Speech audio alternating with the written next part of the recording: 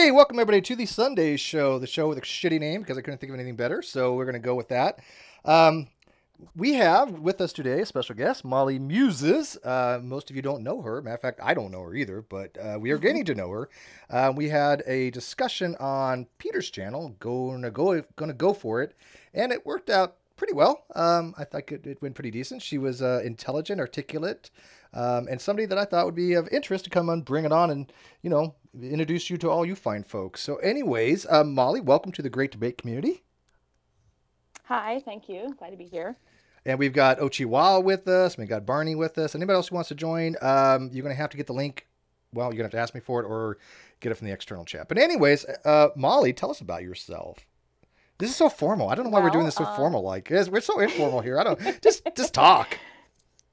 So yeah, I'm brand new to this particular forum. I am actually sort of new to the atheist community. I just sort of dove into that pool in the spring on Twitter and sort of accidentally fell into doing some YouTube stuff with Peter. So yeah, this is not something I'm super comfortable with yet. And I did have a couple of talks that were a little bit more difficult, so sort of wondering what the hell I got myself into. Oh yeah, we're throwing you in the deep end real quick because this is a sink or swim type community to say the least. Most people swim though. We help people paddle at least. Yeah, but I have my educational background is in biology and philosophy and nursing, and I work in healthcare. So I have some interest in what goes on with that particular forum. There's a lot of relationship there, obviously, with bioethical concerns and things of that yeah, nature, right? yeah, of course. So yeah, that's kind of my story. But yeah, I've only been, doing this YouTube thing for a few weeks, so go easy on me here. No problem. Yeah, well, what kind of people do you think we are? Let me ask the live chat, make sure that everybody can hear everybody, make sure that all the things are equalized as far as sound. I've got everything on my end equalized, but of course, running through this OBS as we normally have seen before, it doesn't always work perfectly. So let me know how that works. If you guys can hear me, sound is good. Thank you, Tom34B, my friend. Okay, so it's great. Okay, so anyways, you had a background in biology, and we didn't really get a chance really to talk much about biology when we were on Peter's channel. We talked a lot more about philosophy type stuff. So let's kind of dive into the biological stuff. A lot of the things in the Great Debate Community do revolve around evolutionary biology, right?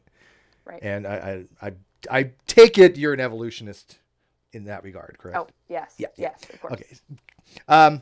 But when we have these discussions on evolutionary biology, I mean, is it one of those fields that you've kind of taken formally, or just one of the things you kind of picked up because you kind of learned biology? I mean, obviously not as a major, but yeah, certainly I've had some exposure to it. It's been a little while, and actually the Twitter community sort of keeps me updated on a lot of this stuff, just because it's not something that I discuss on a daily basis in my work, obviously. And I've had some really good discussions with people on, kind of, theism, which isn't something we really discussed when I was being formally educated on it. But yeah, I mean, it's sort of at this point. What was your background? I mean, I know you had a theist type background, but you weren't a young Earth creationist, though, yeah. right? No. Yeah. I was raised Catholic. Okay. And my both sides of the family were Catholic. I went to Catholic grade school. And then I was one of those, kids that asked too many questions and decided not to be confirmed. So I fell away from that pretty efficiently. And, some of my family is still pretty, avidly Catholic. My immediate family is not. So it wasn't one of those dramatic stories where people have a really hard time with deconversion. Yeah, well, Catholics, from what I understand, if you kind of like fall away, it's not like the end all be all where you're just automatically condemned for an eternity of torment.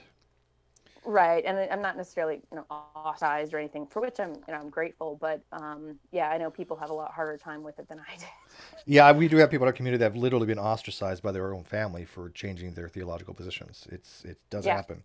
Right, exactly. Yeah, which is tremendously sad, but well, that's the love of fortunately religion. not in that boat.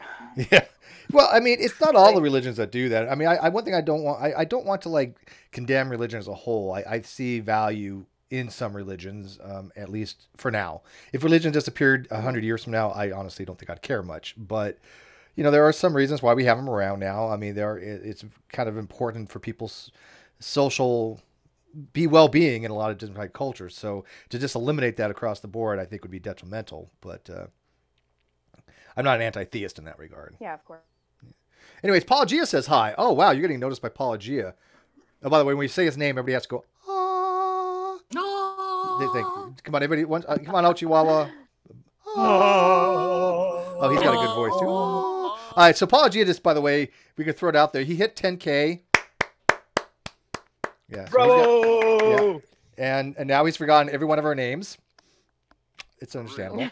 But he is definitely a force to be reckoned with. He got 10K. He's having a little special party, ask him anything kind of thing. And I don't think he's going to do a live show, but if he does, that'd be great too. If not, he can do it on my show. But yeah, we're talking about Molly Screwball. So yeah. Yeah. Anyways, so you were raised Catholic, so you at least had exposure to theism, and you said you started questioning. You were questioning a lot of things. So what was the point where you just said, none of this makes sense? Because I'm an agnostic, so I could take it from either position. So I'm kind of curious to what you said, to where, I'm done with this. Well, so I mean, and to be honest, like when I first got away from Catholicism, I would have considered myself more agnostic for a while. I just sort of didn't deal with it.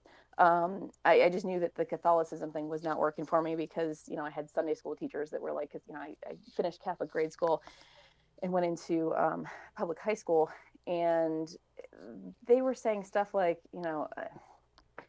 they couldn't answer any questions that I had. And then furthermore, the one day there was this instructor that was, playing Black Sabbath and informing us that they were that love Black Sabbath. So it was like, this is the dumbest crap ever.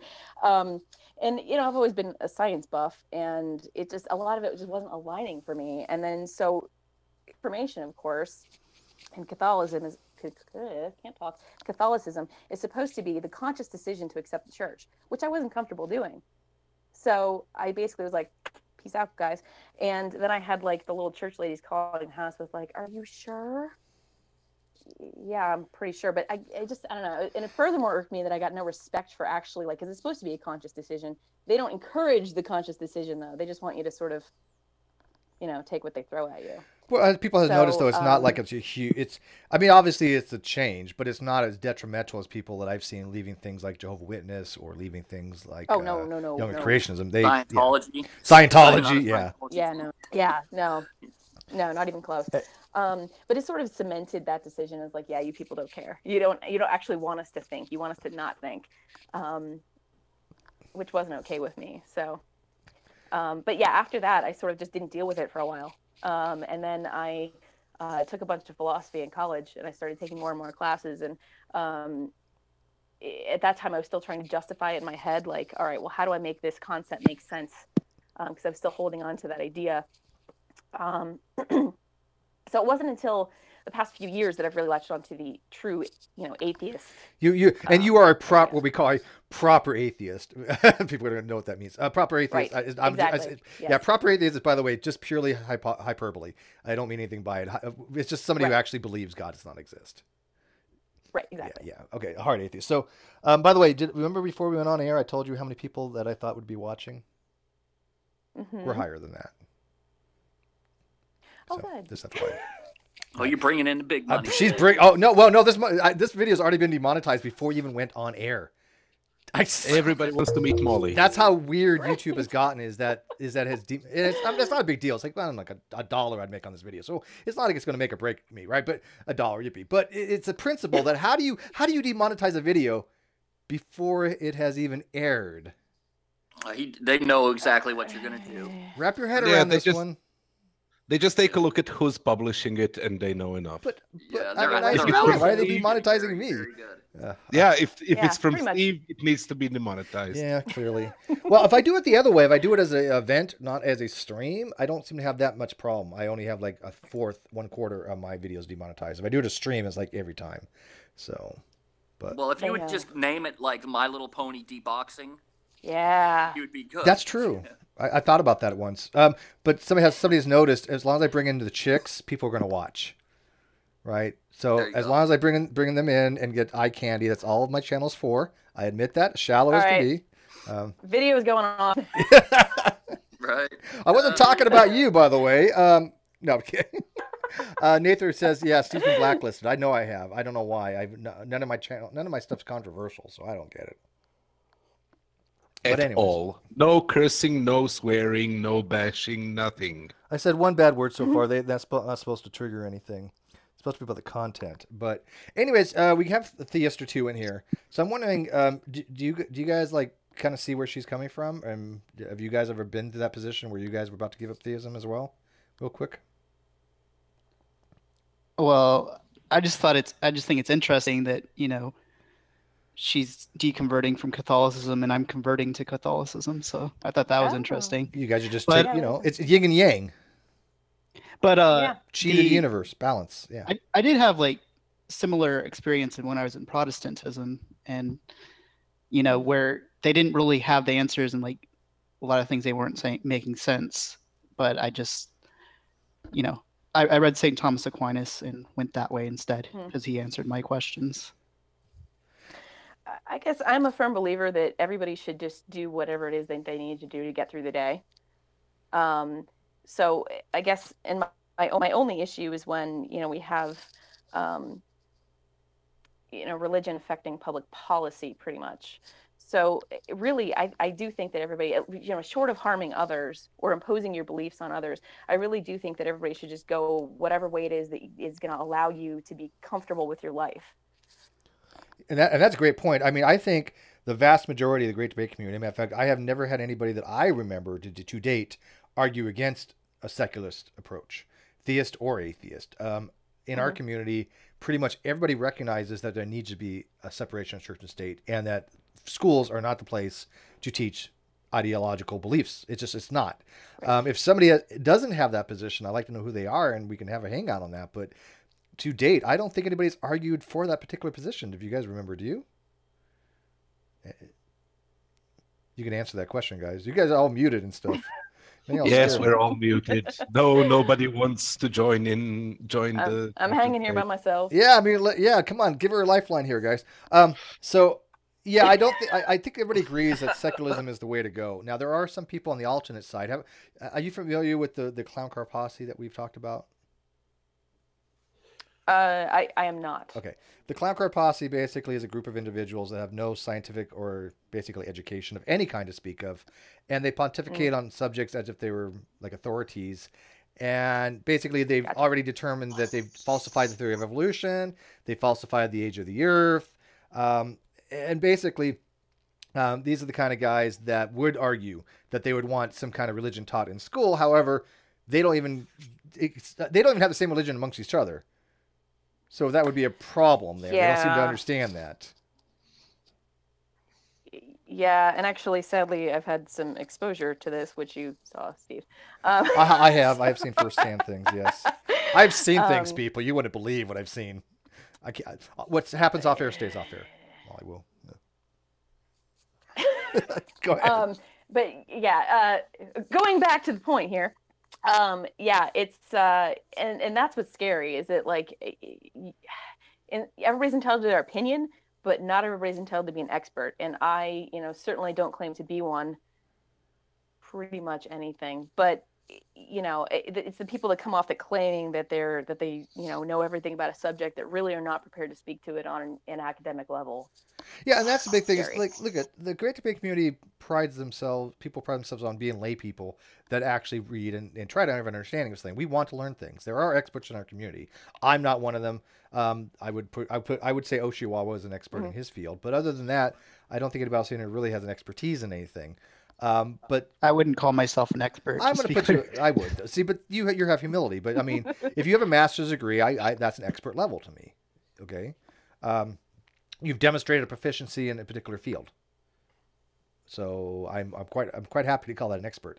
But the thing is when you have people that it's not so much they're claiming to be experts; they're claiming to have falsified the experts, to have shown the experts to be wrong on everything, and even the things where they think they've shown an expert to be wrong, they really haven't. It's like a trivial thing, right?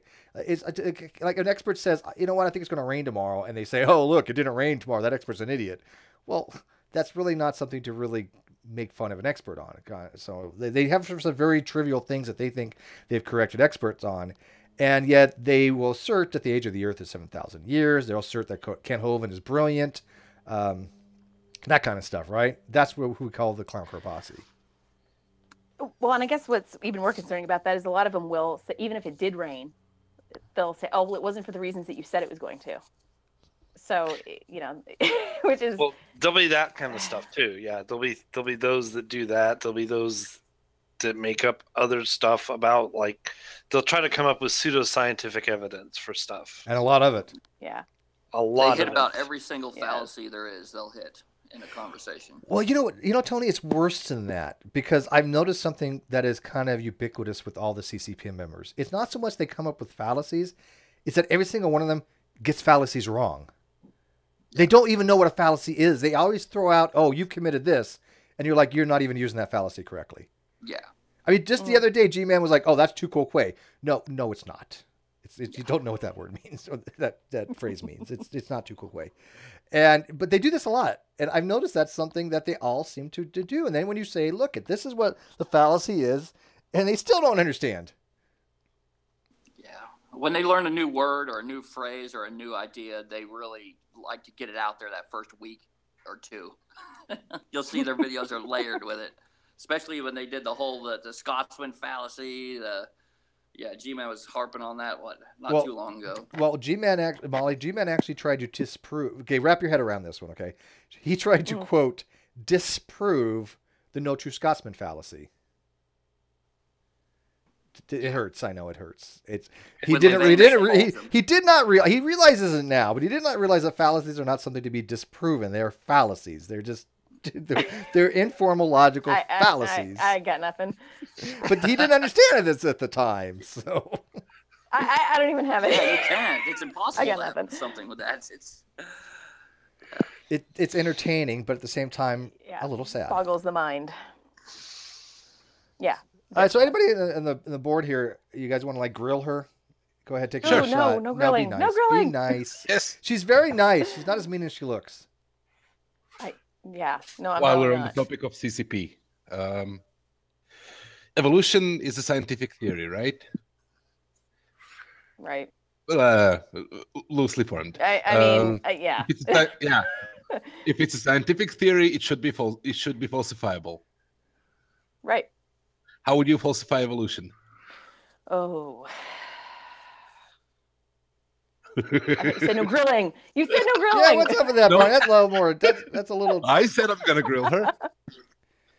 We're not asking Barney any more That's questions. evil. That's actually pretty light, Barney. That's actually pretty light. I know. She's a biologist. She should be able to answer. Well, okay, but keep in mind, like I said, my academic biology career was a little while ago here.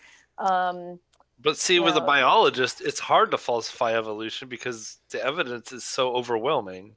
That's the Yes, thing. Right, but exactly. And if it has been sufficiently proven, then it cannot be falsified. And if it cannot be falsified, then it's no longer scientific. Therefore, God exists. But it's not proven. Therefore, God exists. I can. She'll answer, then I'll answer. Go ahead. Let her answer. Yeah, go ahead. I mean, you guys are killing me here. Yeah, and that's the problem is because it is so overwhelming. The evidence is there. So yeah, that's a tough one. How about this? How about I'll give an answer. I don't have a ready answer for that. That's fine. How about this? I'll give an answer, and you and Ochiwawa can tell me if it would meet a falsification criteria. Okay. 2 dogs get together, have sex, and produce a turnip. I think that would pretty well falsify evolutionary theory because phylogeny would go out the window. Right. Yeah. Theoretically, yeah. If that happened in every case, then yeah. If it happened in Now one I'm case. picturing it. Now I'm picturing If it a dog happened turn up. once, it would be enough for Yeah, me. and I anyway. mean once If as in it happened- confirmed, right? I mean, here's the thing. There's obviously going to be If it happened anomalies. once, we would claim the guy was lying. Well, yeah, no, we're not. We're going to assume that everything's legit. We're going to assume there's no Right. malfeasance of any kind. We're assume that Right. this is actually something that actually happened. It would Even though have we to take be a once. repeatable experiment. It would have to be Yeah, a is it And you know what- reproduce? Is it yeah? Is it? Is it It reproducible? has to be reproducible. Well, not necessarily. Here's when it comes to falsification, I don't know if it has to be reproducible to the fact if we could confirm that. Well, you know what? I'm going to say it might be because if that did happen once, well, I don't see. That's the problem. It would be such an anomaly that nothing could explain it. Well, even yeah, though it's you not have to prove it's not an reproducible. outlier. Oh, but that's a hell of an outlier, right? Right. But you know what? You know how we would have happened. G-Man would be like, "I told you so." Yeah. Hey, we can call it the no. We can call it the no truth turnip fallacy. The no true turnip. Dog turnip fallacy. Canis turnip. Yeah, the Canis domesticus friendly. Turnipus. Yeah. Canis lupus domesticus turnipicus. Turnipicus. I had to spend about an hour one time explaining to G-Man that dogs produce dogs and that they don't live millions of years. He just seems to not be able to wrap his head around this. Yeah. Don't. The dogs don't live millions of years. Yeah, because he kept on saying, well, you know, a dog is going to always be a dog after millions of years, and I'm like, that dog's going to be dead. He doesn't. He didn't understand that concept. It's like, G-Man, we know what you're saying, but it sounds stupid when you say a dog over millions of years is still going to be a dog. No, it's going to be a dead dog. Which at that point we can get into Aristotelian things, and isn't any longer a dog anymore. You know, it's a non-dog because it's dead. A fossilized dog. That's in dog years. Yeah. If it's lucky, it's a fossil.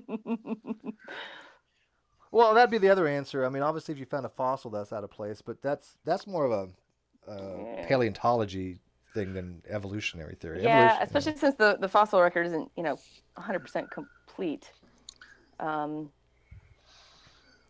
Yeah, he has a tendency of saying that there's no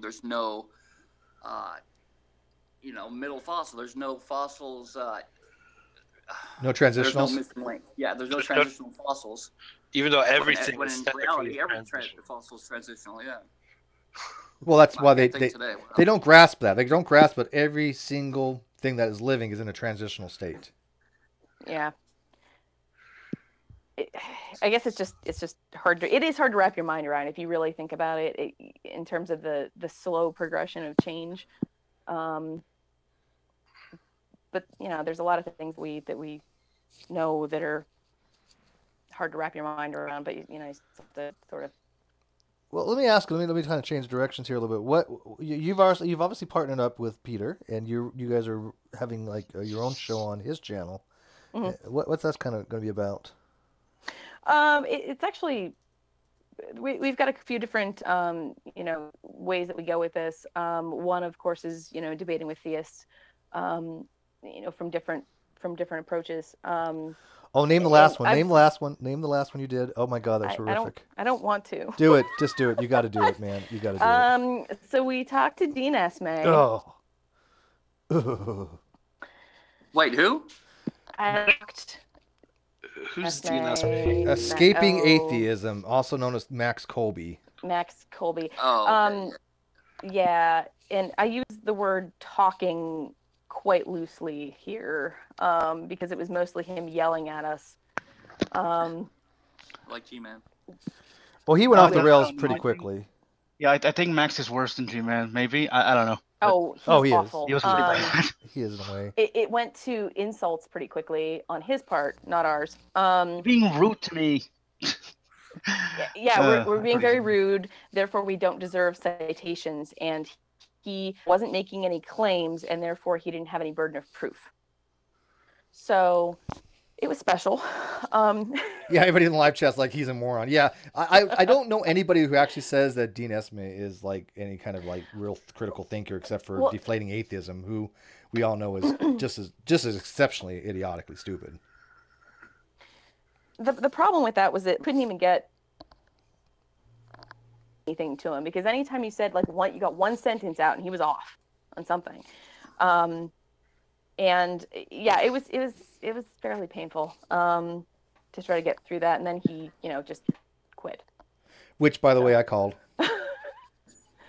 Yes, he did, actually. Peter in the recognized chat. that. Steve called it. He's like a minute before I said, a minute to go, he's leaving. And he left a minute later. How long did it last? Painfully long. I don't know, what 5 minutes. What was it, Steve? Like 45 minutes? Yeah, it was probably about 45 minutes. Wow. Yeah. People are asking. I'll put the video to where we met on the video description. I did. Well, I put it. Yeah. I put Peter's channel actually in the video description, so you can go there and find it. Just look for Molly, Peter, and Max Colby. You'll find it. Max Colby. Yeah, because we're not allowed to call him Dean. I will call him anything I want. His secret identity. It's not secret. But I will tell you this, Tom. It doesn't really work anymore. Before you watch that video, let me tell you, my friend, have an exceptional amount of alcohol on call. Just trust me on this one. I second just that. Do it. Yep. Yeah, just do it. Did you ever follow up on his peer review crisis? No, he said we didn't deserve it because we were mean. No, I followed up when I had Peter on last week. I actually brought that up and I was explaining to people what was that actually about, the replication crisis, and obviously Dean doesn't understand what the replication crisis was. He doesn't understand what was being done to fix it. He just quotes this stuff. He doesn't try to bother to actually understand it. He'd be like, "Oh, look, peer review sucks because of replication crisis." Well, they recognize there's a replication crisis and they're trying to, fix that. One, they added more in the method section. They want people to actually say step by step what they did, and that way people can replicate it. But most of the times, the reason why these things aren't replicatable is because they're very expensive to replicate. That's the problem. Well, and he was acting as though peer review was intended to replicate, and it's which is a gross misunderstanding of it. The peer review doesn't replicate. Right, exactly. The peer review checks for format more than anything else. It wants to make sure that you have the right format, that everything's legit. That was just one of many things that were. He likes to act like all atheists are equivalent, like we're all, monolithic cohesive group. See, like we're all. He likes to use the term militant atheist. And thinks that we all fall in that category and we're out to get him, even though he acknowledged that we're in the minority. See, I do use the term. I use the term militant atheist, but I only know like 5 of them really that I know my name. But that's what he thinks we all are. Yeah, that's what he thinks we all are. Except he won't acknowledge that Christianity is a cohesive group. He just likes to. He won't associate himself with some of the more out there, which. He sort of is, but he won't associate himself with the more fundamentalist. Remember Christianity. Okay, go ahead. Tony's popping his mic again. Remember Molly. Christianity, helped the LGBT community, and the LGBT community stabbed them in the back. Give me a break, Dean. Oh, yeah, Dean. Yeah. So, what I was trying to get across to him is like, there's a spread with every group. There's both ends of any group of people, and you can't just lump everybody in together, especially atheism, because it's a very diverse group of people. You can't even talk to him. You really haven't been in this community for long, huh? Yeah. No, she's like 3 weeks. She's a noob. We're getting her fresh. And I've already said that for a year from the date that I ran into her, 2 weeks or whatever, we're gonna have another hangout and we're gonna see the transformation. And the first thing I'm gonna tell her is, I fucking told you so. So that's just a lot more cuss words. Yeah, I can have one. But no, I was trying to give him a shot at monetizing, but never mind. Yeah, that one's already gone. They won't even watch this far. They look at it and they watch like a minute. But you're allowed to curse, occasionally. It's just you can't be like all the time. And I want to make sure that that's the rule, right? So, but it doesn't matter. Like I said, 50 cents for this video? Big deal. It's worth it just to have you join the Great Debate community. Because, you'll be popular one of these days, and you'll be the next Jacqueline Glenn or something, and whatever. That's kind of an insult. No, I'm kidding. No, I like Jacqueline Glenn. I'm sorry. I like some of her videos. I know she has her issues. You'll be called Melicion. If that's true, I'm looking forward to the photos. Well, no, I wasn't referring to her posing. Damn, Barney, you sexist bastard, you. See, you know what's funny is, by the way, I've already warned her. I warned her about all you people. I asked her straight up before she came in, what's your threshold for all this? I'm nice. So he totally did. He warned me. I warned her. She said so. She's a fair big girl. warning. She can handle it. No, I forgot did where shots I was at. before this. I'm fine. Yeah. By the way, live feed. You guys need to clean up your shit in the live feed. I'm trying to record the chat, and I don't really want to hear Mr. GPT and everybody else kind of go at each other. So talk about the stuff going on in the hangout, not between your personal dramas, or I'll remove your wrenches and then block you for the interim, because I only get so much recording time on my live chat, and it doesn't need to be stuffed with you guys doing your own drama. So enough with that. Take it to the forums. I actually have lost a Patreon for that very reason, because they wouldn't stop doing that, and it was a huge Patreon. But again, I have to have some kind of consistency there. So. Yeah, makes sense. Anyways, so that was my little chastising of the day. I read a typed ship here. Toy. Yeah, it was authoritative. Toy, like toy. Yeah. Toy. Well, I mean, you need a little authority once in a while, not too much. Hey, Barney, why don't you have a spanner, by the way? Never gave him one. Oh, well, why don't you tell me that? Oh, I'm not on my other account. I can't give you one spanner right now. I'll give you one next time. The way I'm doing it right now, I'm on a different account. But anyways, I'm not going to ban anybody. No, but you kind of moderate. So where were we? How much will you be paying me? Oh, it's all voluntary. Please, what do you think this is? Google? The non 50 cents from this video. Yeah, exactly. Yeah. I've already got this. I already got this demonetized. You want to be paid off that 50 cents that I'm not going to get? Now, some of my videos actually do okay. I've gotten $3 or $4 a video before. Doesn't sound like a lot, but when you got 500 videos, that could add up. But most of my videos are demonetized now, thanks to YouTube. Yay! So whatever. I've made up through other sources. People have been. I do have a question for Molly. I'm just curious because I did go to your channel and I saw that you had a bunch of hangout videos. I was wondering if you're planning on doing anything else besides those, or if that's what your focus is going to be on. In terms of content? Yeah. Yeah, your niche. So basically, I think I started talking about this, and then we went off on Dean. So yeah, there's a couple of different things. We do some debates with theists, and also there's some topical stuff in the works.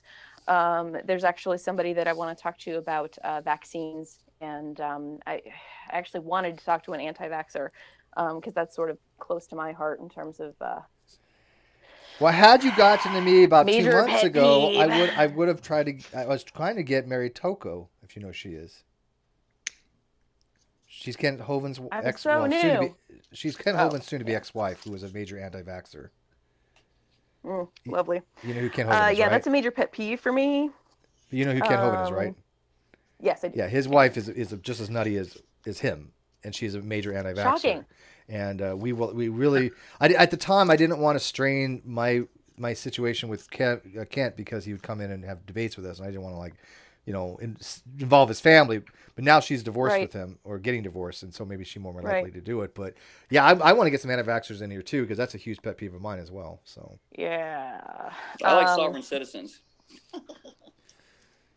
They're just stupid. They're just harmless. Sovereign citizens are just stupid and harmless. Anti-vaxxers are not harmless. Yeah. No, they're not. Yeah, and Grim V is definitely an anti-vaxxer, but I won't have him anywhere near my channel. Yeah. Not again. Listen to Jenny McCarthy. Jenny McCarthy's the smartest person in the world when it comes to vaccinations. Come on, and Jim Carrey.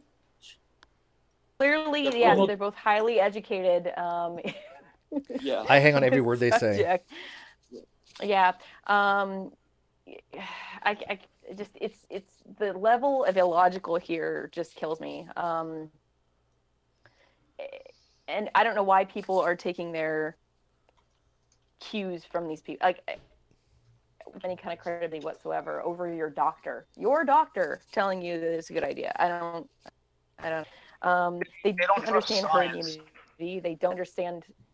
Well, yeah, there's Well, I mean, we got people that think they're this flat. I mean, we got one in the live chat, Sean, who's actually a pretty decent guy. I'll give him props. Sean came in the other day, Sunji, he actually held his own. He seemed like a decent guy, completely inept in science, obviously, because he's a flat earther. But, he at least came in and took a stab at it, so that's more than a lot of flat earthers do. But when you have that level of scientific ineptitude, then anti-vaxxing is to me, is no big surprise that people, get to that level of idiocy. It's the woo-woo factor, isn't it? Yeah, That's part of what the problem is here. Yeah, and the problem is, like, it's not like a flat earth thing where, like, all right, fine, you can believe that, but it's not really hurting anybody. Whereas this, it's like, yeah, well, now you're putting everybody's kids at risk. Right, and they don't understand that. I mean, I've got a daughter, and that was a big thing for us. My baby mama, who I was with for 5 years, I was grateful that she never said, I don't want to have our daughter's not vaccinated. I mean, she never fell for any of that crap, because I was worried. Right. What happens if she got? I mean, I look back and go, God, what was happening if my ex wanted not to get my daughter vaccinated? That would have been rough. I would have lost my shit. That's a conversation, yeah. And I know medical professionals who are delayed vaxxers or anti, and it just makes me grind my teeth, because it's just it's funny. like, It's funny. Even sorry, don't interrupt you, but No. but even if vaccines did cause autism or all of that, would you rather have your kid die of diseases or have autism? They autism. they haven't seen, even though that's not. Yeah, we all know that. Yeah, we all know that's not a thing. Yeah, the Wakefield but thing yeah, was to put it in completely BS. perspective.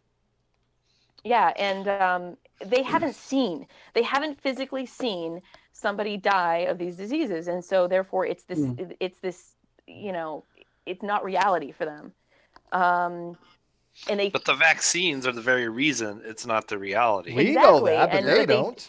They can't extrapolate that out. Like, it's not like, oh yeah, well, just because I haven't seen somebody with polio doesn't mean that somebody couldn't have, But there's been a resurgence of all these things. There's been a resurgence of rubella, of measles, of whooping cough, you name it. All these childhood diseases that were pretty much eradicated, that even doctors will tell you that they have never seen a patient with, are now seeing patients.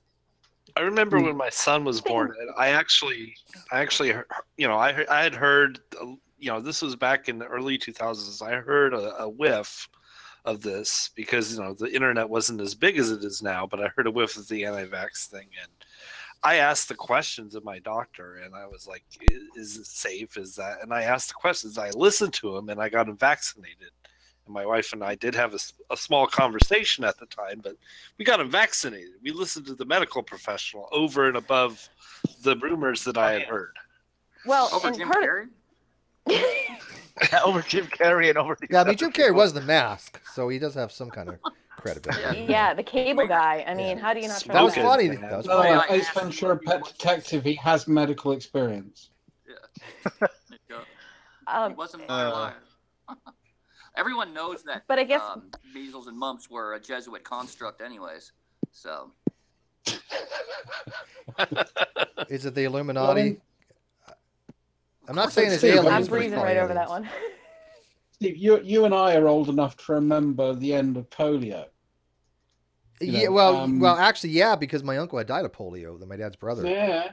And he was he was walking with the crutches. I never saw him walking with. He died before I was born. But I had as I growing up as a kid, my dad would relate about how his brother died of polio. I had to know the story, and that was a big thing back in the 40s, the 50s, the 60s.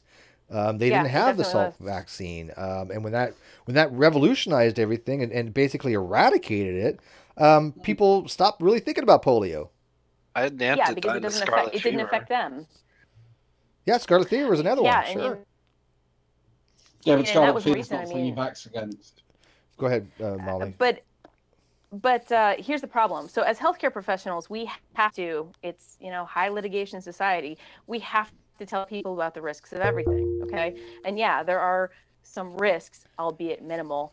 But we have to tell people about that. And the second we do, then it becomes like, oh, well, and you know what? Of course, that's a possibility. Sure. But again, like you were saying, like to put this in perspective, would you rather have your kid exposed to this minimal risk versus, whooping cough, which we are seeing, by the way. And it's really concerning, especially in areas, go figure, that correlate to the high anti-vax community. Yeah, but, Yeah. but doesn't that raise the question as to whether they should be forced? Like, every parent has rights, but at the same time, Yes. it's Society it's has rights too, though.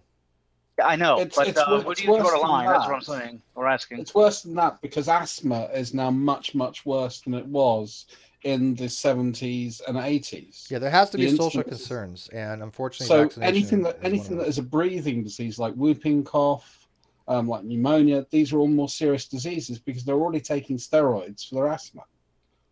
If they're on Ventolin or something like that. Yeah, and I'm sure that there's a variety of factors that go into that. Our levels of air pollution certainly aren't helping. There's a number of things. I mean, even let's just throw this out there. I mean, the opioid crisis is creating a lot of kids that have long-term health issues. Just based on gestational exposure to that.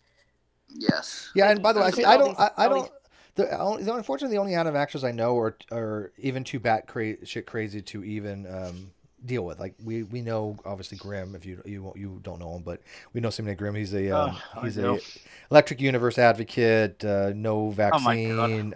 He's he's a nutter. He thinks eating baking soda cures cancer.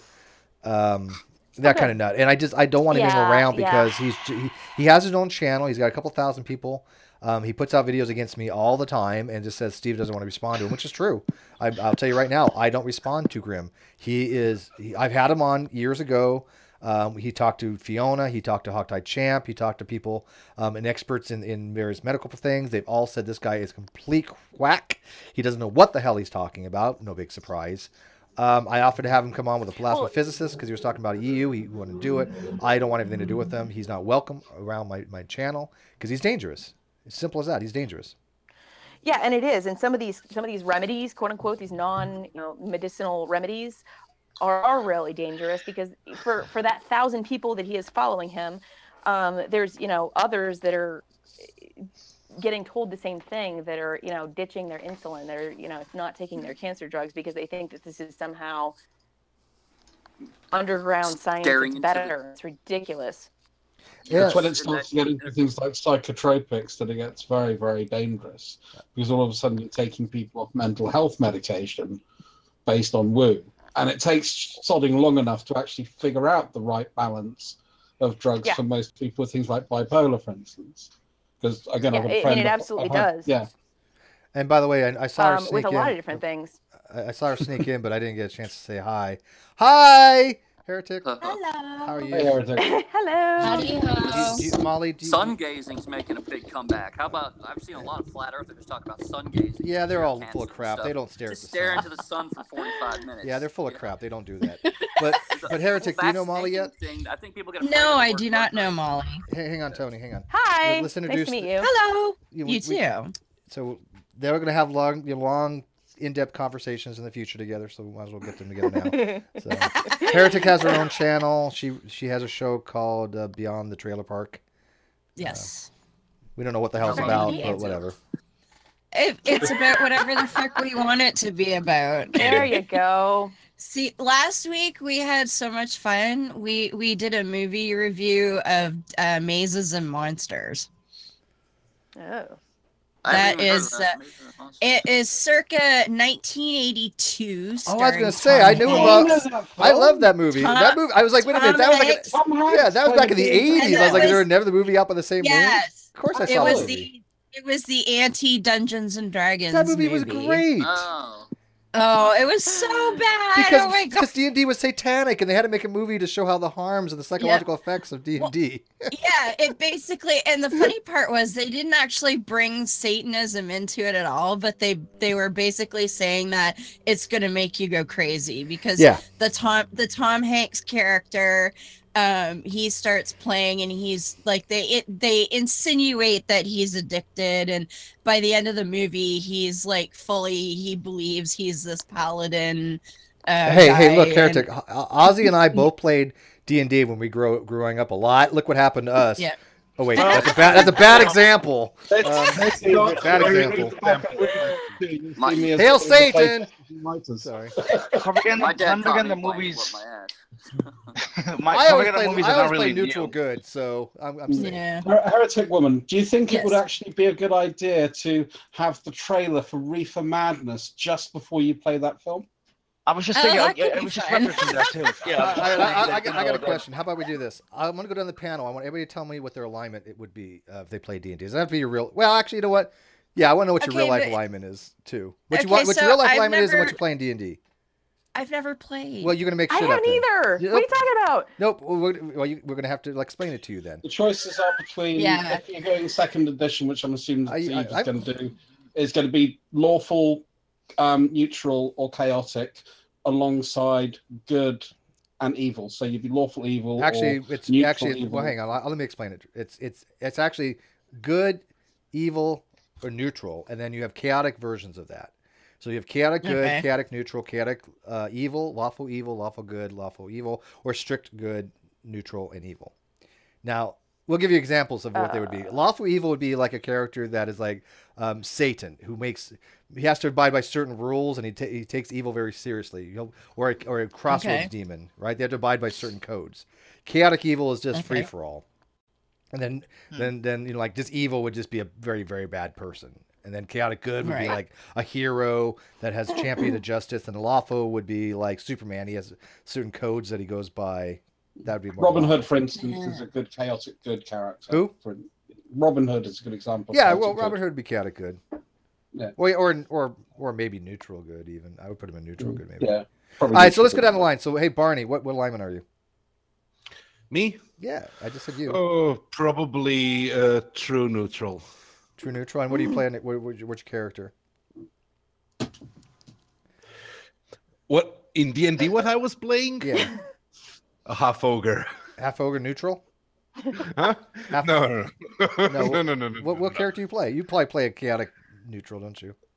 Chaotic evil. Chaotic evil. Okay. Dave, what about you? I do chaotic evil as well, And just because it's more fun. what kind of describes you more? As far as the character type, No, your alignment. me personally, I would say probably just straight line neutral, if not maybe neutral good. Okay. And what about you, Dress? I'd have to go for the neutral good, and I'm boring, so I'm going to just play a human. Okay. so no not even a half elf. You don't even have the night vision. No. right. I don't think so. I tend to like to play sort of. All right, I'm going to skip the two ladies here outside and type come people. back to them so they can get an idea. Midnight. I've never played D&D, so I mean, You don't know what you're missing. It's the greatest game ever made. It is. All the girls. All the girls coming into your door. Yeah, right. What would you think? What would you think if you had to be good, neutral, or evil? What would you play? neutral. You want to go, Molly? Go No. ahead. Chaotic good. Okay, you'd be chaotic good. All right. So you'd be the champion that fights for justice. There you go. For the underdog. Sure. Okay. What about you, Tony? Sure. Chaotic good, but if I was taking mushrooms, chaotic evil, and elf. I want to change my answer. She's like, you get mushrooms if you're chaotic good. No. All right, heretic. What would you be? I'm thinking You chaotic. better say lawful good, evil or chaotic evil. I swear to God, I'd be like, what the hell? I was gonna say maybe chaotic neutral, but if you think evil, okay. Yeah, you tend to. Anybody in this panel who is lawful? I don't think I'm she'd not be lawful. lawful. No, I am she'd be chaotic. so- Actually, that was No, a pretty I am good. not That was a pretty good example of chaotic neutral, because you were just swayed by someone else's argument to change it. There you There you go. Good point. Good point. Chaotic neutral is probably the hardest.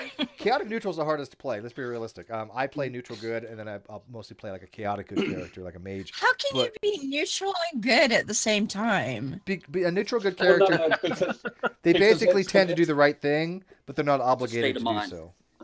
Yeah, so it's not prescription of law. It's not just randomly reasonably good acts like, oh, have a random favor to a person just because you think they need it. Like a neutral good person is not going to a neutral good person is not going to execute somebody for no random reason, right? They're not going to go on a killing spree. That would be chaotic evil. So they're definitely decent people. They're just not bound by any kind of moral code. As far as being lawful. So they're not like I'm kind of familiar with like the paladin kind of thing. That'd be lawful good. Yeah, like I'm trying to be good, and I have all of these rules that I need to follow. I have a code of ethics and all of that. And you would probably you'd be an elf, right? By the way. Probably. Yeah. Although I've been called a hobbit for many years now. So. I could You're sure that's true. You're sure you go with a hobbit as well. Yeah. See, Molly, this is what happens during the middle of the show. We just kind of ignore the guests and just kind of talk about all kinds of random shit. I'm only I'm 5 fine foot. with that. I'm only 5'1". That's why I get called a hobbit all the time. And I may have shrunk. You didn't play though. Because I wanted to play. So when I was in high school, I had a boyfriend who was a total nerd. Like he became a physics engineer, and he was, in the AV club and the chess club and all of that. And he played, but I was the clingy girlfriend from hell. So it was the only time he could get away from me for a few hours. So he refused to let me join the group. And I lived in the sticks, like, less than 3,000 people. And before that, I lived on a farm. So there was no other group. Like, that was it. So I just didn't get the opportunity. Well, we got to figure out how to get a game going. I know Ozzy wants to play, and I want to play. We were talking about that after the show that we did, because my co-hosts, I think one of them had played. And our guest, who, if anybody remembers the old Atheist on Air show, was Professor Steven from Atheist on Air, who he played lots. So we were talking about maybe trying to do a game. I wouldn't even know where to begin. So if somebody knew how to do it online, I would be totally down. I know how to do it online. Who would be our dungeon master, though? Who would be the dungeon master? Just knows how to DM.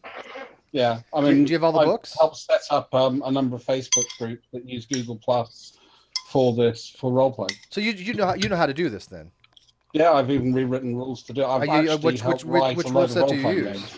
Second edition or fourth edition? I'm happy. I've got second, third, fifth. Yeah, go back to the old edition. I'm old school because the fourth edition stuff just gets too complicated.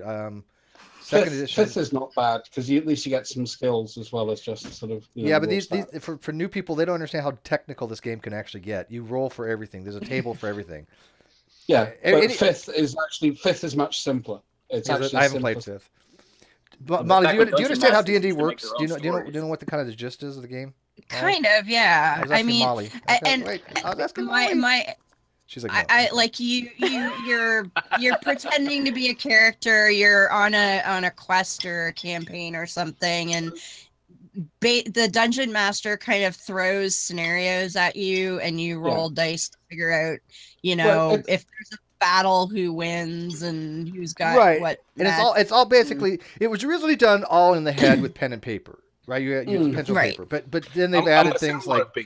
They've added things. I remember when said boyfriend got his first 286 computer, and he actually had a D&D game on this, but it was like you play against the computer. Yeah, I know we've all have those. But the old-fashioned pen and paper, pencil paper game, it basically this all took place in your head, and then you would say, okay, here's the scenario, this is what I do, and then you would roll a dice to see if your actions happen. For example, if I say I want to pickpocket somebody, okay, there's a table. You can say this is what you need based upon your stats to successfully pickpocket somebody, and everything happens based on numbers. Corridor. What? There are no doors. Right. And if you're a thief character, you're going to have a better skill set. Yeah, you have a higher dexterity. That happen. Yeah, you have your primary stats. You have strength. Just that you actually have the ability to do some of those actions. So if you're a thief, you have the ability to pick pockets and move silently and disarm traps. Yeah, and you cast magic. So. If you were like a big muscle head warrior, then you're not going to have the dexterity necessarily to successfully pick a pocket. Yeah, or intelligence. You'd have to roll a natural 20 to get it. Yeah. Right. Yeah. So you could get lucky, but chances are it's not going to happen. So basically, you one of your things you have is Constitution, which tells you how much health you have. So let's say you have like 50 points of health. Yes. And then Yeah, you I'm attack familiar with something, and they that. attack you, like an ogre would hit you. And they have a dagger that is like 1d4. So the DM will Very roll good. 1d4, and then if it has 4, you deduct 4 points from the 50 points, and then you have 46 left. So when you're down to 0, you're dead. And then the DM Yeah. And if you're very Right from the strong, sword. then you get a bonus to the damage because of your strength. If you're very dexterous, it helps you got a magical you sword plus do 1. things like hit people at range because you're better with a bow. We've just totally lost Molly here. She's just like, what the hell? Okay, so basically, let me translate this. So basically, Choose Your Own Adventure meets Oregon Trail. There you go. Except Yes, nobody there died you of go. dysentery. That's the only difference is in D&D you don't have dysentery. Because I swear to God, That Oregon depends Trail on is who your a DM sick is. game. Could your DM not give people dysentery? Oh, I'm sure they can, but I mean, Oregon Trail, it's like, 5 children died of dysentery. You're a kid playing this game. Cholera. Cholera and snake bites. Yeah, it was Yes. a contest to see who died What first. the hell kind of game was that? That was And not there a are game no for kids. atheists. And there are Actually, no Oh my God, I remember playing Oregon Trail on the Commodore 64 that ran off the cassette tape, not even the floppy Oh, I drive. had that. I had cassette tape. Only rich There you people go. had the floppy. Yeah. I came in about the time of the floppy disk. Okay, our school So you've never had had the to tune cassette ahead tape. to get the game to play? I had punch Yeah. tape in my school. Okay, yeah, you win, but you're really old. Oh, yeah. This was Yeah, you're back, right. this was back in the early 80s. I mean, he looks like a fucking monk out of some cave anyway. I So do. or You're Billy born in Connolly, I am whatever. not that much older than you. I know, but you've got the whole flowy gray hair I and know, beard it's thing gorgeous. going on. And it's the I don't older know. bit. I that's the think he most looks important cute part. as General Custer, though. I do. I love this picture of General Yes, he Custer. This was great. Yes, Deidre he did does. this for me. Molly, if you want a good example of role playing, just watch Westworld. That's a good show. There you go. Yeah, That is a good show. Yeah. because I've done And it I've has James played Marsden, doesn't it? computer games that used aspects of D&D, so I'm familiar with a lot of the small ideas that have been incorporated into other games. I've just never played actual. Well, we'll have to D&D get or- something going, so Yeah. we'll figure it out. I Kool-Aid have a says, lot more time, but we just got to do it in a world-centric friendly time zone. That means that's fine. that I can I'm get some available sleep. 24/7. But I'm real a quick- night owl. Like I've only been up for like an hour and a half. Yeah, and I just usually talk to finished my Heretic like 3 breakfast, o'clock, so- 3 o'clock or 4 o'clock in the morning. I get nobody else to talk to. I'll message Heretic. It should be awake Yeah, all the time. I'm always Yeah, it's weird. Well, But anyways, I real quick, went- hang on. Yeah. Holy Cool said, congratulations for breaking 3,000. I'm actually at 2,998, so thank you for reminding me that I haven't broken 3,000 yet, Holy Kool-Aid, because, I'm not special enough to have that extra two more subs. Hello, hi Thomas. I'm at 2998, I think. Yeah. Not And like say that hi to that 30,000. lovely lady of yours, Thomas. Yeah, I know. It'll show 3K I because got it to- rounds. Holy. He says it shows him 2,000-3,000. Yeah, because it does that. Oh. It shows me 3,002 unless I look at the actual number, and it's 2898. Okay. Whatever. Gotcha. You know what? It is what it Non-milestone. is. Yeah, I mean, Paula Gia, only started like 5 months ago, and he's already at 10,000. So, I mean, I've only been on for a couple of years. Yeah. But, it's okay. I'm not Yeah, expecting to get a because- lot of subs. My channel isn't that kind of channel. I Well, mean, last week was our third year anniversary of a show, and we don't even have 200 subs yet. unless I got 2 subs during the show, because I checked it just before it went on air, and I might have gotten 2 subs.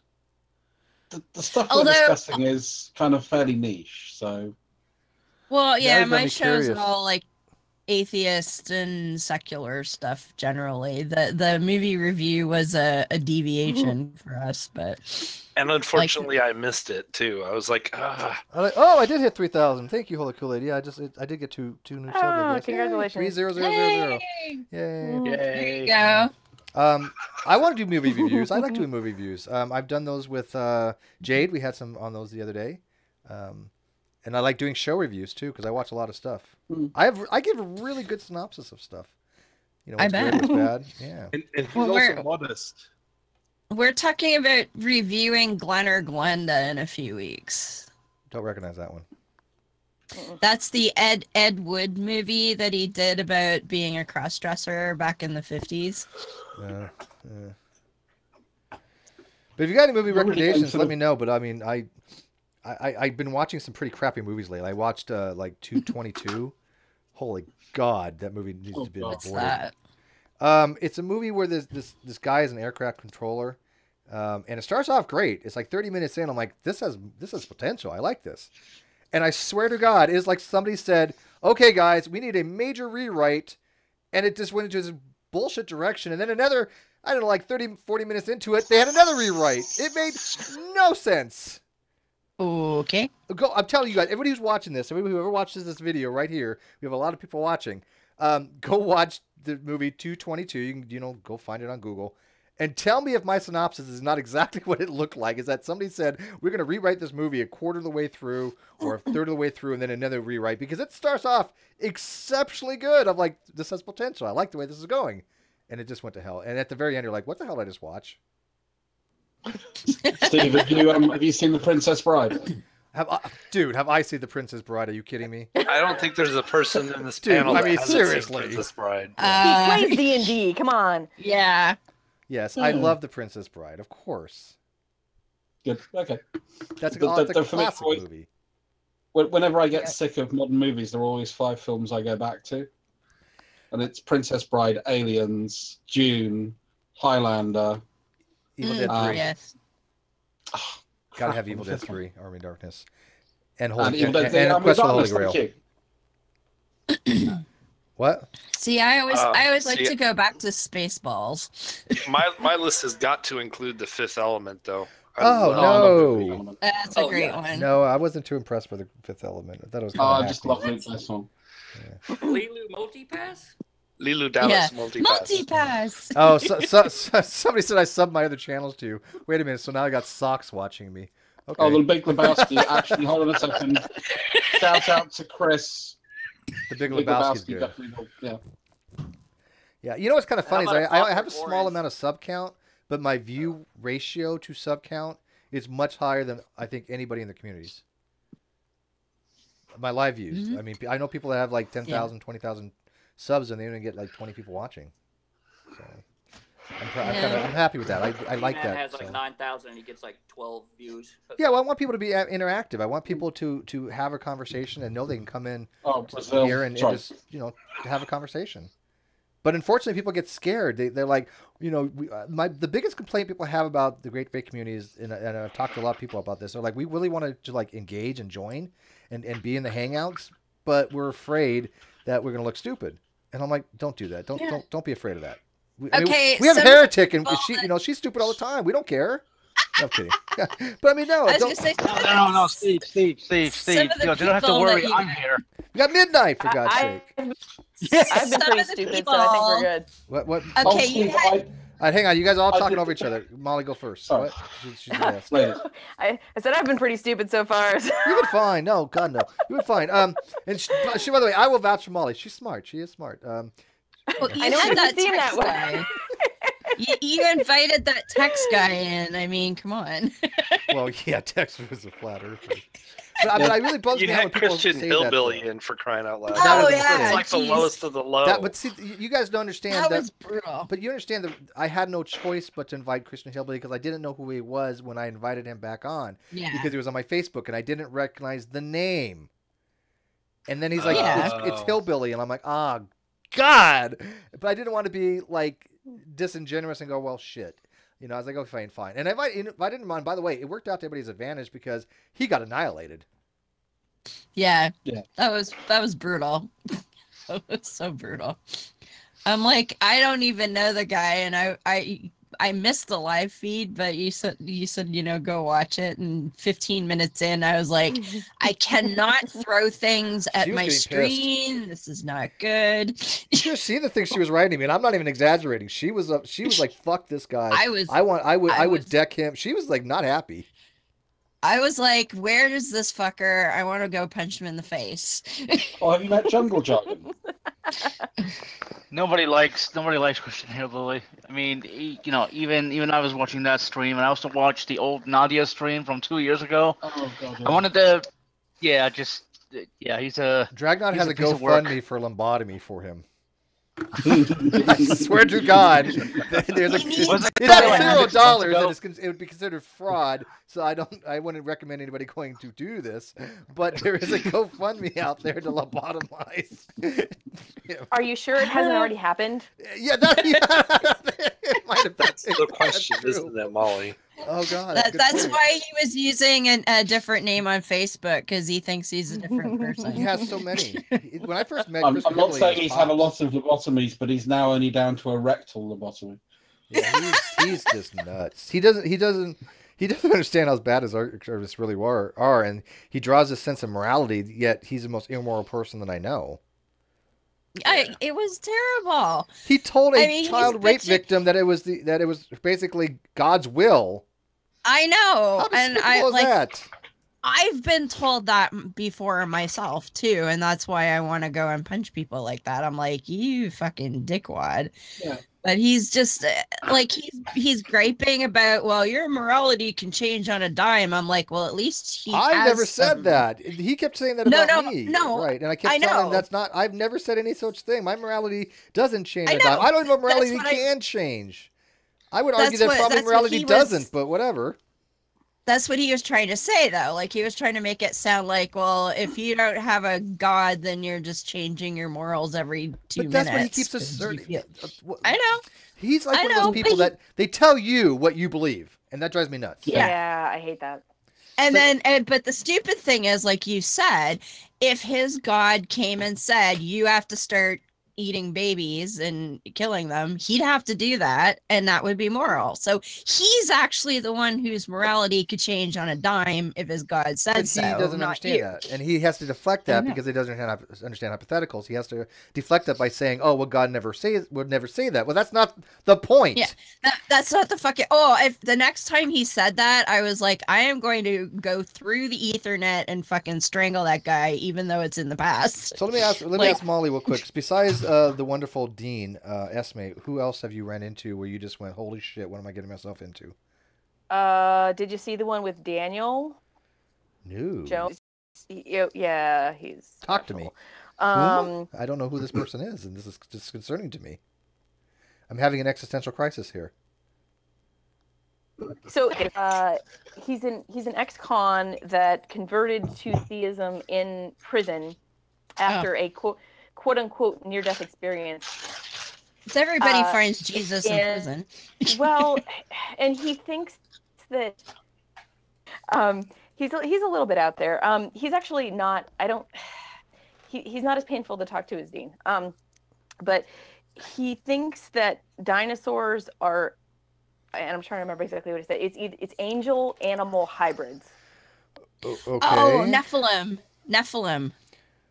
Well, the Nephilim weren't animals. And, Nephilim with horns. There's Nephilim were obviously angel, human hybrids, but they weren't. Well, no, he thinks animals. dinosaurs are angel animal hybrids, and giants are angel human hybrids. So angels doing bestiality. Great Yeah, thing. sure, yeah. Yeah, see, I wouldn't even be interested in talking to something like that. That's in the realm of stupid that I can't even begin to even want to have a conversation. But he straight up admits that he has no basis for this. I'll have to read more into that. So, yeah, that's just either a person being a Poe or just being astronomically dumb. No, he's mental. Yeah. I don't deal with mental people. Anyway, but yeah, I got midnight if I other, need that. I don't need anybody else. Midnight in there. Nice job. Thank you. You gotta make sure you're still breathing every so often. But no, I don't deal with mental people. I can't any longer. I've seen that they're just not able to have a conversation. Now there are some people that I do think probably might be mental, but they're walking that line, like Mr. Intelligent Design. He's walking that line. He probably is mental, obviously, but he hasn't been diagnosed, and therefore he's fair game. But even him, I can only take in small increments, right? Have you even met him yet? Have you? But that's pretty much my limited experience. You've got to meet Mr. Intelligent Design then. You've never seen anything like this. Come on, Steve. Seriously, come on. I think that's like the trial by fire, Midnight. If somebody can stand like 5 minutes of Mr. Intelligent Design, they can stand anything. I mean, it was so bad that Ken Hovind left in a conversation with him. Yeah, 40 minutes. They were having a discussion, and he eventually, even Ken Hovind said, this guy's too whacked to even be, he just left. That's a bad sign. Yeah. It's really bad. Yeah. No, people in the audience are like, Mr. ID is a comment. No, I'm telling you right now, I'll vouch for Mr. ID. I don't think it's a comment at all. I think he's just straight up delusional. I think he actually believes what he promotes. I mean, from what I know, his experiment to disprove evolution was an egg in a paper, tissue paper, or something. Don't...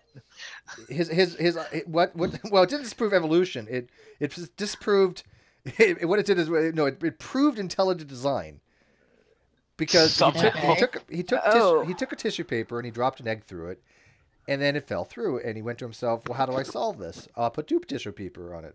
Okay, the egg fell through. By 7 tissue paper, he had solved the problem. Ergo, he intelligently designed something that worked to solve the problem. Ergo, intelligent design's real. Yeah, don't try to wrap it around too much. Don't think too hard about this. Oh, fuck. Yeah, don't think too long about it. So he reinvented cardboard, therefore intelligent design. Pretty much. Well, cardboard's corrugated. He didn't corrugate the Give him that. He reinvented construction paper. Yeah, there you go. Something like that. Yeah. Get out your safety scissors. Yeah. I wouldn't even trust him with those. Are you kidding? He probably ate more That's glue why than he the ever paper has used. perforations. Yeah. Yeah. Yeah, Molly, you don't know what you're in for with this YouTube people. Please no. I mean, it just... Oh, speaking of whack jobs, Darwin's Deity did not come back to my show last week. I wouldn't expect him to. Because I told him to piss off last time, so I guess he's hanging out on Discord. You know where he has power. He's hanging on the server. I'm the owner of this server. Well, he came on my live chat 2 weeks in a row, and I could smell him as I didn't know it was him because he was using a different name, but I could smell him as false. No, Darth Dawkins. Darth Dawkins, yeah. Yeah, but he was doing the old, what's your rational basis for atheism? I'm like, pre-supper. But he was. You notice he won't pushing that because he's an idiot. Yeah. You notice he won't come in here. Do you know how many times I've known Darwin's for a long time since he got here from Pal Talk? Do you know how many times he's ever been in here? Yeah, probably 0. never. You know why he won't come in here? Because we would destroy him like I have many times in the past. Well, and the funny part was he started going on like, oh, you guys are, like, we were talking about the movie, right? And we're not a debate show either. I have pre-invited guests, and we talk about whatever topic is pertinent to the guest. So we were talking about the mazes and monsters, and he's in the chat going, oh, you don't have any rational basis for atheism, or why aren't you addressing this problem with atheism? And I'm like, talking about a movie. Well, and he's like, oh, have me on the show and I'll talk to him. Where I'm like, no, that's not how it works. Whatever. He's a narcissist. And he's going on, well, I never see any good debate people with atheism. I'm like, was watch. this the show I was on? I was in the chat with too? Yes. Okay, yes. I remember this. And he's like, oh, I said, go, if you want good debate to watch, we're not a debate show, go watch The Great Debate Community. And he's like, oh, that show's fucking terrible. And I'm like, well, first of all, it's not a show. Yeah, it's a community that he won't have anything to do with. And obviously you've never watched it if you think it's a show. So piss off. No, he won't come in here. He's always welcome to. I would be like thrilled to death. I'd be like, we'll destroy you. But here's the thing. I'll give an example, Molly. You obviously know about philosophy, but have you ever had to deal with a pre-supper? Well, no, because Noobie. A lot can happen in 3 weeks. I don't, and even on like Twitter, I don't generally go in search of, like. Oh, they find you. I know, but I've thus far been able to avoid it. So. All right. Well, I'm just giving you a fair warning. All it is a mind game with them. Don't get flustered with them.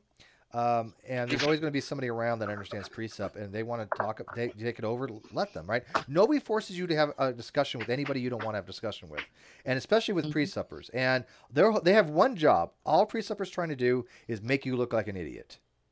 Yep. That's all he wants to do. Pretty much. He's a narcissist. I've dealt with DD before many times, Yeah, and that's you know, all he wants preceptors to in do. general. So if what the best part is that there's a lot of people that make Darwins look like an idiot. There's a lot of people that can make Darwins look like an idiot. He puts them on what's called his troll list.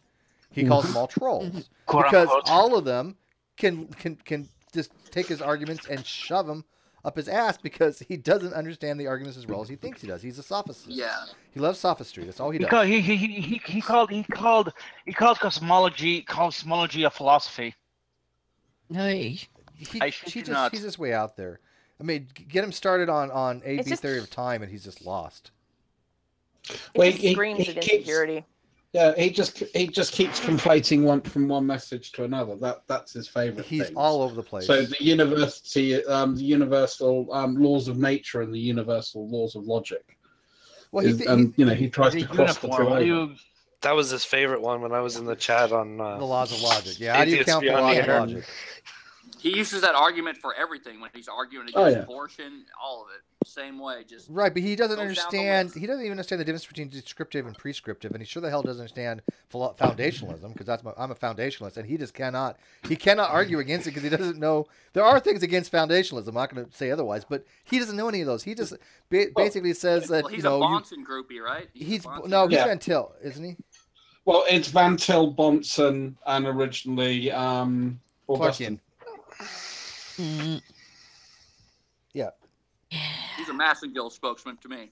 But no, wait, was it Bonson? No, I think maybe who was he literally was parroting? I think it was Bonson, wasn't it? Wasn't Van Til? Greg Bonson. It was Greg Bonson, yeah. Greg Bonson was the student of Van Til. Yeah. And Van Til got a lot of his ideas from Augustine to Augustine.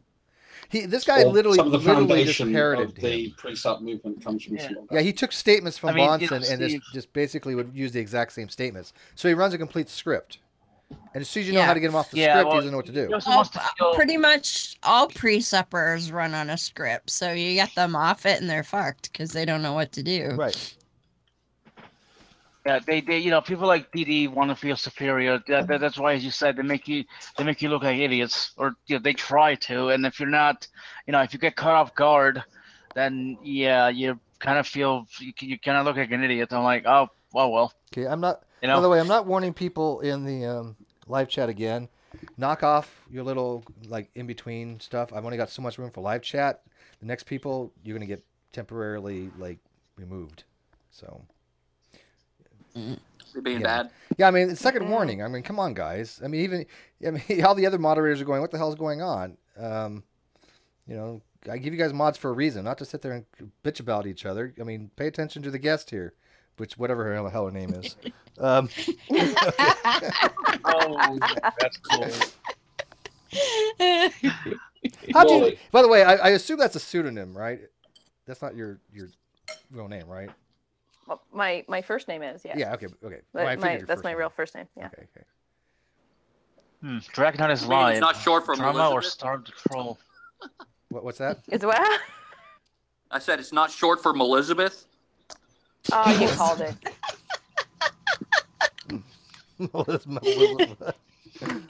That's a good one. Creative. I actually haven't heard that one before. That's a good one. It wasn't good enough to remember, trust me. Oh well, I should probably pay attention to the chat more. Yeah, like I said, I'm recording the chat, so I only got so much room, and I don't want to cloud it up by people going at it during a hangout like this. During a normal hangout, I don't care, right? Especially like Rum and Coke night. But I mean, when we have a guest, come on, let's have a little respect for them. So Molly, you don't have your own. You're just with the Go. Yeah, the whole YouTube thing was never a goal of mine. I sort of just got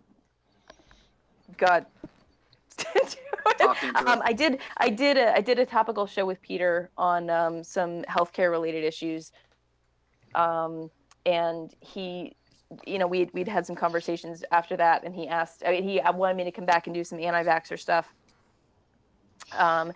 and he, graciously offered me to be a co-host on his channel.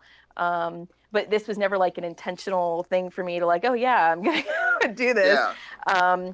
So I'm sort of just, getting my feet wet. Well, in per penny, in per pound. Yeah, it's all. I mean, you can't do it half-ass. I mean, you liking it though? Wait until you get into it more. It's good. Like I've been in here for like a year, and I've just kind of been like a wallflower. And just the last like month, I've actually started actually talking. So it took me a while, but yeah, it's a little intimidating.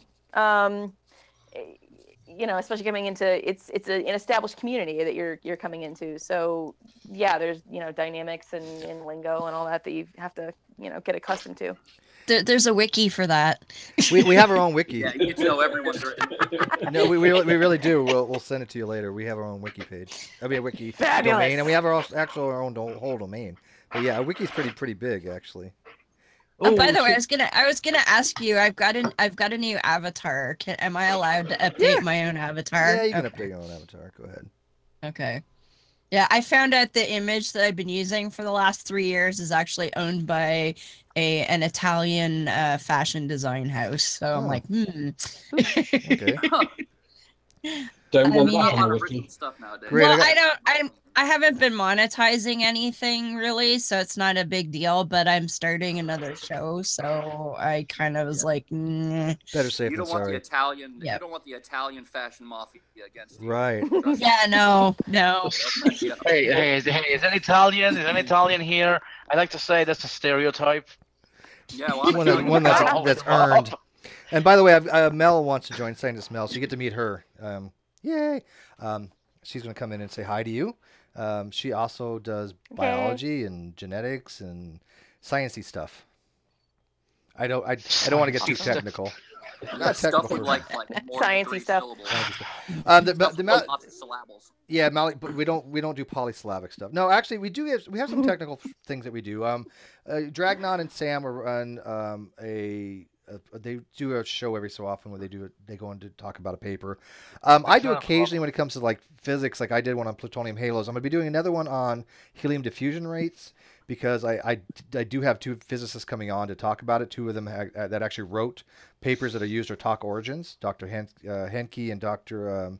I think I pronounced his last name, Gary Loche.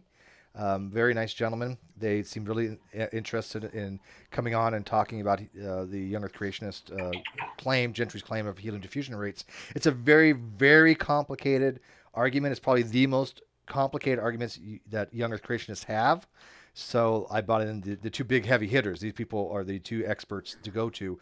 I've also contacted Humphreys, obviously, who is the one that has done all the rate stuff. He's willing to answer questions, but he won't obviously come in and defend his claims. But I know about the helium diffusion rates. I've read the papers, but it's still a little bit out of my comfort zone.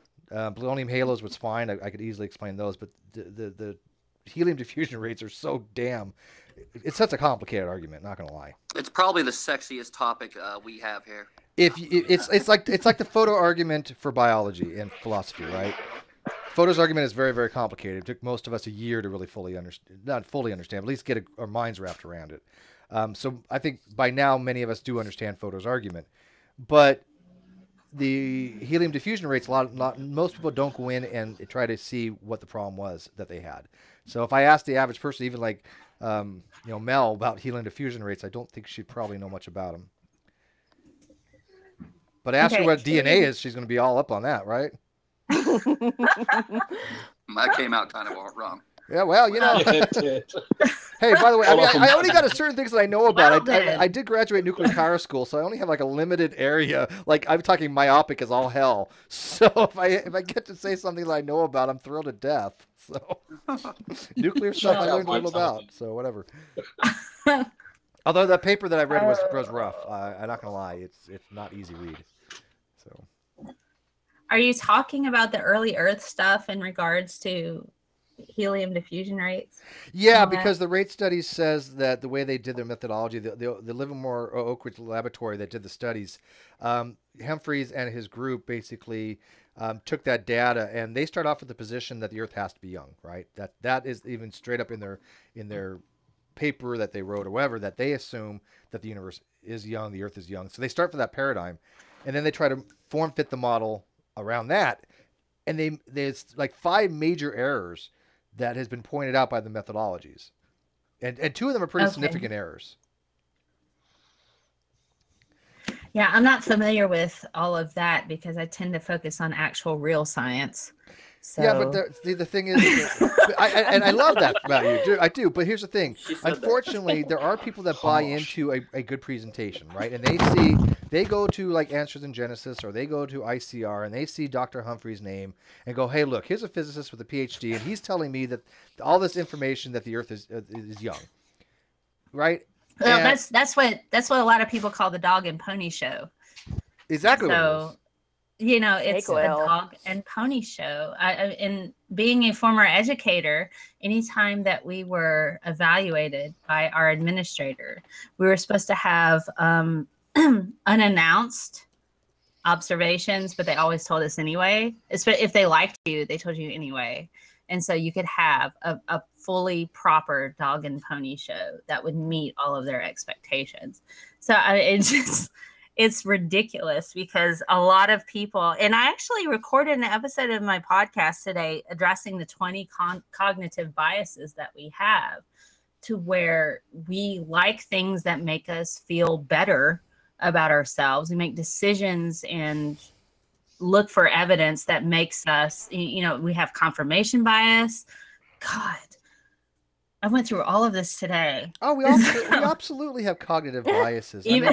But the good scientist recognizes that. 20 right? of them. I mean, there's at least 20 of them that span anywhere from we make decisions based on things that make us feel good, to overconfidence in our abilities, to finding patterns in things that are entirely random, to confirmation bias, which is heavily documented, to where we look for evidence that reinforces our personal perspectives on things.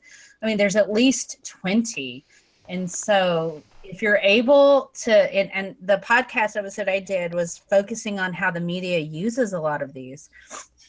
And they're ignorant to their own. That's blind spot bias, people who don't recognize their own personal bias and are not willing to talk about it. That's something else entirely. But if you're able to cater to a lot of those individual biases that may inherently make an individual feel better, then they're going to believe anything you say. Oh, absolutely agree with that. Yeah. So, I mean, but my point being is that and you're absolutely right. But that's what the dog and pony show is. Right, but these arguments are so complicated, the average person can't just say, okay, here's a simple explanation. Like polystrate trees, anybody can go read about that. Anybody can go read about Pelton Man. These are not complicated arguments. But things like helium diffusion rates, polonium halos, those are a lot more complicated than the average person can just go, I'm going to read what's on Talk Origins and understand it.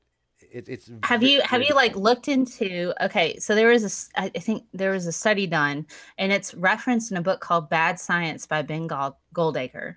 And he talks about how even though there are people who can basically take hard science and explain it simplistically, the ones who use technical jargon, even if they're wrong, are the ones that are believed because they use the hard words that people don't understand. Right. And a perfect example of that is Dr. Tompkins and his works. Right? Dr. Tompkins' papers, and I use the word paper liberally here, obviously. They're basically just published as blogs in his Creations Journal. But it's an exceptionally difficult read. I don't know enough about genetics to even read Tompkins' papers properly. That's why I have people like Sam or Ruhif or a few other people or Rational Mind, CRISPR. All these people can read Tompkins' work, and they've all just explained in detail why it's crap. Now I understand the rebuttals, right? That's the funniest part. When I read Ruhif's blog or I read what Rational Mind writes, most of the time I could actually pick up the vast majority about why Tompkins is wrong. But when I read Tompkins' stuff, it's so over the top, bombastic that I don't really. I think he writes it just to confuse people. Does that make sense? Yes, it does. And the smarter you sound, the more people will listen to you. That's why I use small words, though. He uses flowery language where it's not necessary. It's a lawyer jargon. Exactly. You know, it's funny because when I actually read E=mc², the book by Professor Brian Cox, the astrophysicist out of Manchester. I read that for fun because I wanted to learn about the derivation of the equation, and he explains it so well. But the thing is, people who see science explains them, simply, they think, well, it can't be that easy. They must be lying. You're going, no, it is that easy. If you can, I think it was Einstein who said, if you can't explain it simply, you don't know it well enough. Yeah, but I take issue with that, though. I think that's a great in theory, but let's be realistic. I mean, try explaining differential equations to G-Man. Go ahead. Take your simplest way of doing it. Come on. That is just, Einstein didn't really appreciate the level of Einstein never met G-Man is what you're saying, Steve. Yeah. And by the way, I think there's a difference between those who want to learn and those who are willfully ignorant. Yeah. That's completely something else altogether. Well, some of them are willfully ignorant and some of them willfully ignorant by choice, sure. Yeah. By the way, I am going to be moving some moderators real quick. If these people continue to up, I'm going to leave my other mods to time them out. I will give them back moderations when this is over. Wow, I wish I knew what was going on in there. It sounds fun. You'll get back mods when you're done, but when this is over. But for now, I'm just going to remove some mods and leave it for a few other people because they don't seem to want to listen. Hey guys, open a topic on G+. Yeah. If they want to go on the GDC channel and have it out, by all means, there is another channel called the Great Debate Community Channel. If you ever sub to it, go sub to it for this very reason, where people can discuss to each other's hearts out whatever they want. Well, are they talking about anything interesting at least? No. Nobody cares. You know what? I can't. It's too much effort to go take their spanners away right now. So I'm just gonna have to take them at their word that they're done. So. But anyways, so yeah, there's a Great Debate Community Channel. We have 2 channels, by the way. No, I mean Molly. Too many M's. Mm-hmm. Steve has one, and everybody else has the other. Yeah. No, technically they're both mine. Some of us just have privileges on the other one. Yeah, guys, Steve's not angry. He's just disappointed at you. Yeah, you know what's so funny is it really amazes when people tell me that I'm angry. Okay, I've only been angry a couple times. I think everybody kind of has. But most of the time, I'm not that mad. I'm just boisterous. But like the other day, somebody had posted something in the DDC. Oh, I did take with it, span. Okay, it did work. Somebody had mentioned that I was angry because a person was not defining God or something, and I'm just like, why would that make me angry? I don't people attribute these attributes of anger when they're just non-existing. I don't get angry. Things that make me angry are people dissing on veterans or something. That makes me angry. People doing harm to children. That makes me angry. Right? But just telling me that I'm wrong, or that you think I'm an idiot, or that my argument sucks, or that you have something you wanted to debate, that doesn't make me angry. It never has. No, I get that. I get that when I'm in a debate and I'm being I don't know, I guess blunt or whatnot, or if I'm using, because I mean, Facebook doesn't have, you can't use italics, right? So all you can do is capitalize a word for emphasis. Yeah. And if I do that, then it's like, oh, why are you so mad? I'm like, I'm not mad. Like, yeah, well, and it's like, you said fuck. I'm like, yeah, I say fuck all the time. Like, but no, but I think more the point is, well, yeah, you're the fuck surrogate. Yeah. Yeah, exactly. And by the way, what we mean by that, Molly, if you don't like to curse and you don't want to say the word fuck, she'll do it for you. Yep. Oh, I'm perfectly comfortable with fuck. Okay, just making sure. I mean, good. Again, some people don't, so we have heretic for her. She'll do it for you. Like Scientist Mel, she doesn't use that word. She's pure and innocent at heart, and she doesn't ever say anything. She cringes at hell. She said hell once, and it was embarrassing. So, One of the reasons I quite like this group is that I don't know anybody in this group that hasn't screwed up and been shown that they screwed something up and gone, oh shit, yes, I was wrong. It has to happen. We all have that because we say a lot of stuff, but when the difference is like when I make a mistake, I get corrected immediately in the live chat. I mean, it doesn't even have to go more than 5 seconds. It's somebody in the live chat is going, "No, Steve," and I'll be like, shit, you're right," and I'll correct it, right? And most of the time, it's just stupid shit that I should know better kind of stuff, right? But there are times I didn't know. Fair enough. But you never see that with the Clown Car Posse. They can't be corrected on anything. I actually explained law to DPR Jones. What about DPR? I explained law to him. That was funny. Didn't know he was a lawyer? Yeah, I'm like, you're telling a lawyer about law. That's okay. Go for it. Take your best shot. Is he mansplaining to a lawyer about law? Yeah. Yeah, well, That's like me mansplain to each other, you know. That does happen. That's like me talking to Hugh Ross and going, "Hey, let me tell you about astrophysics there, Hugh."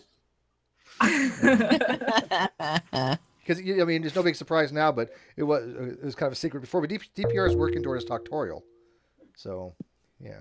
Oh, really? Yeah. So I did actually go back and apologize. Yeah, but I mean, I'm not going to be like, hey, Mel, let me tell you about genetics, okay? Let me tell you about phylogeny. Tell me about genetics, Steve, so I can sit here and have a chuckle. I'm not that much. I know an heterogeneous base from a carbon ring. And the money love each other really, really much. When a sperm and an egg love each other very much. They give them a special hug. Yeah.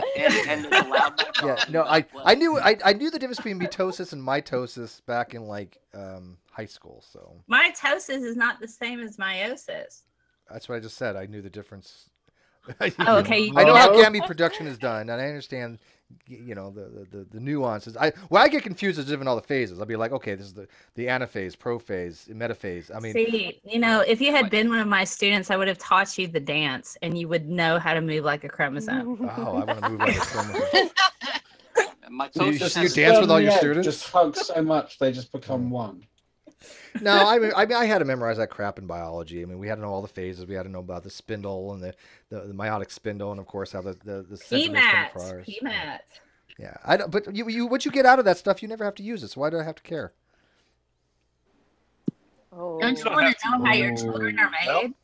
You don't have to use it, but Mel and Molly get to use it all the time. And Ochihuahua.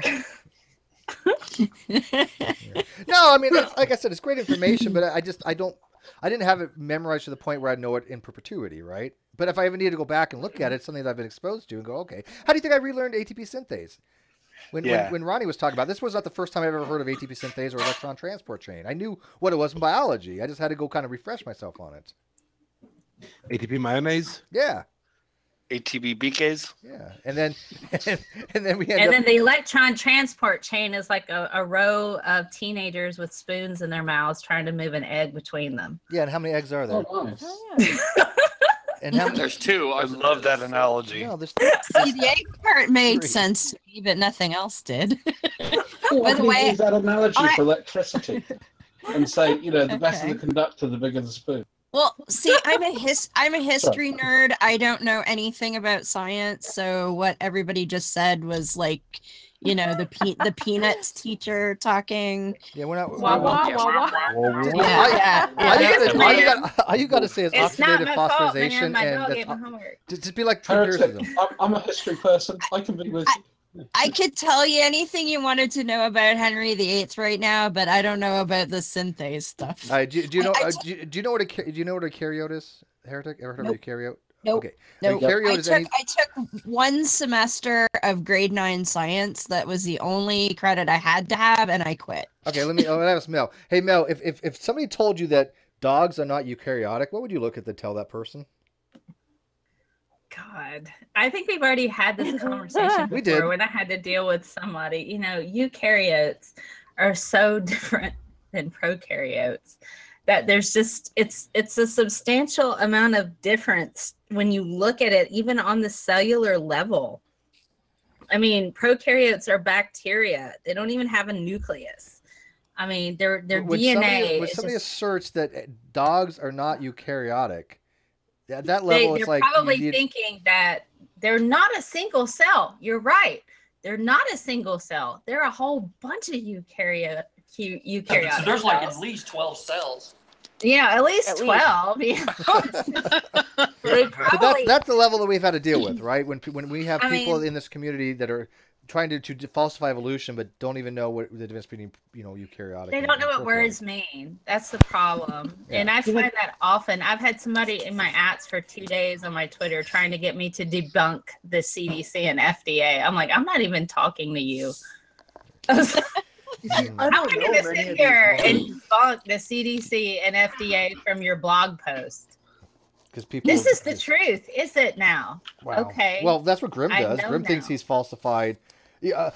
Okay. Watch when you get a chance, Mel. I'll send you later. But watch a video called "Steve McRae versus Grim Cancer," and it was somebody that did this video for me. I didn't even know it was being recorded. I mean, I knew it was being recorded, but because it was like a naughty's hangout. But I didn't realize that somebody made a video of it. And during this video, Grim gives us a paper to read. And of course, I'm not going to read the whole paper, but I'm like skimming through, and I'm like, "Where is this saying what you're saying that this is a cure for cancer?" And his response was, "No, you don't understand. Of course, it's not going to say it explicitly in the paper because they don't want you to know that it is." I'm like, what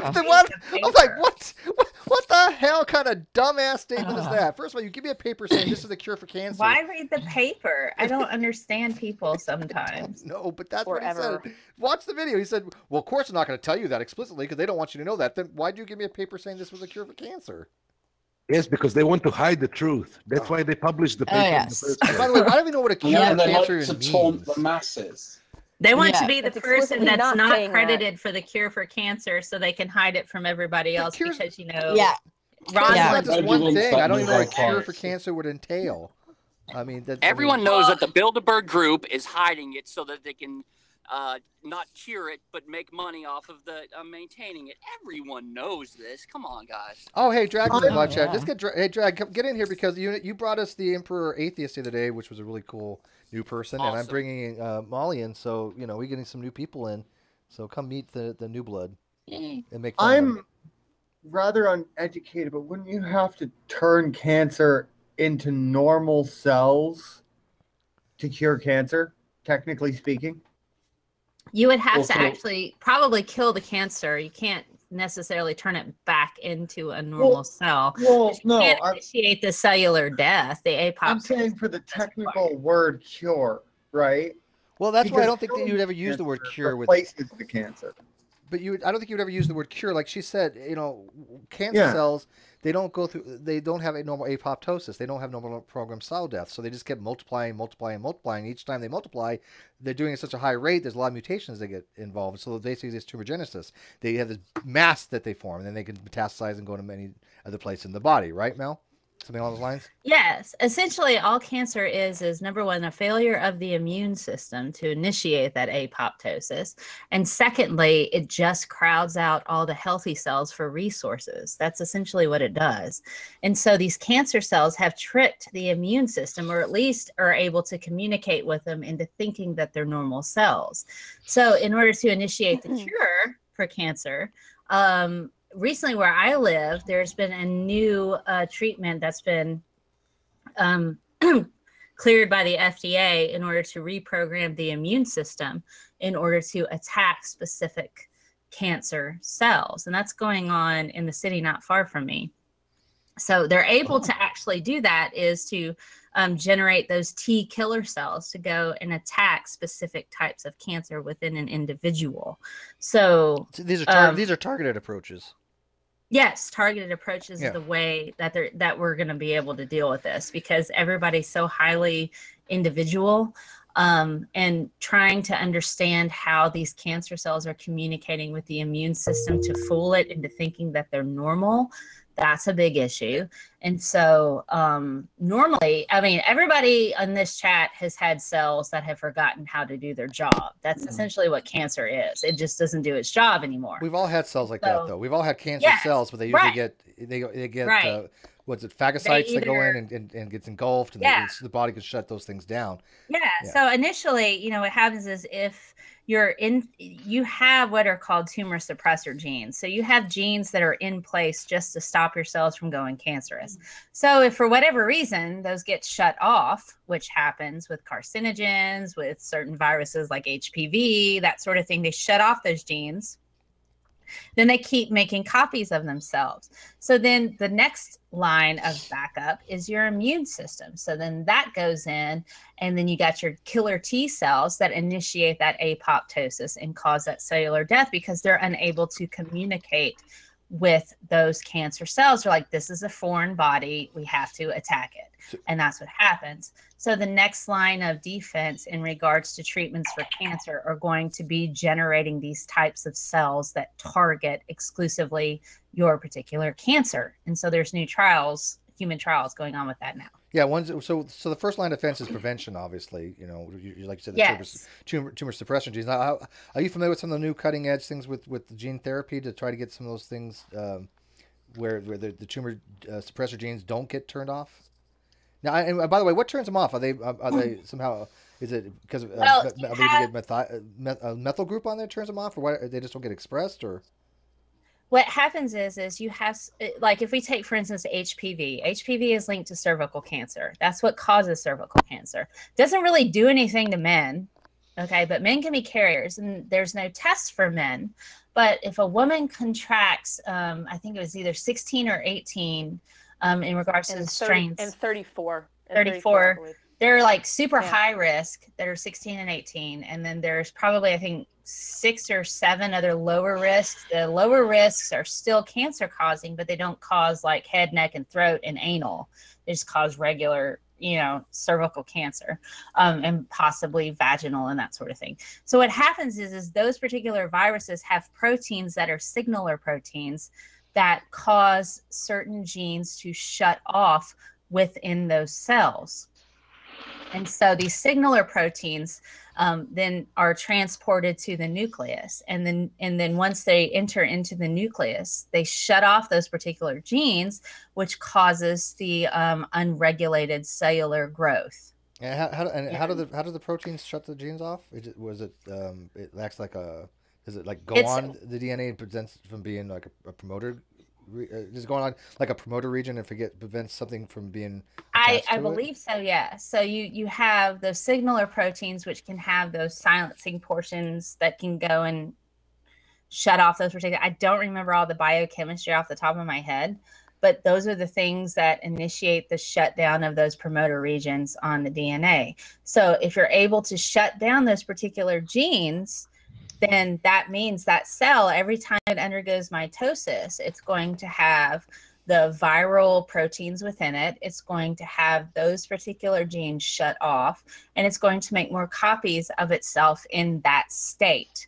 But it takes a really long time for these particular cells to turn into cancer. That's why testing for women is really important to see what stage of, there's precancer, which still sounds really scary, but it's not. It's not. Which this is actually kind of.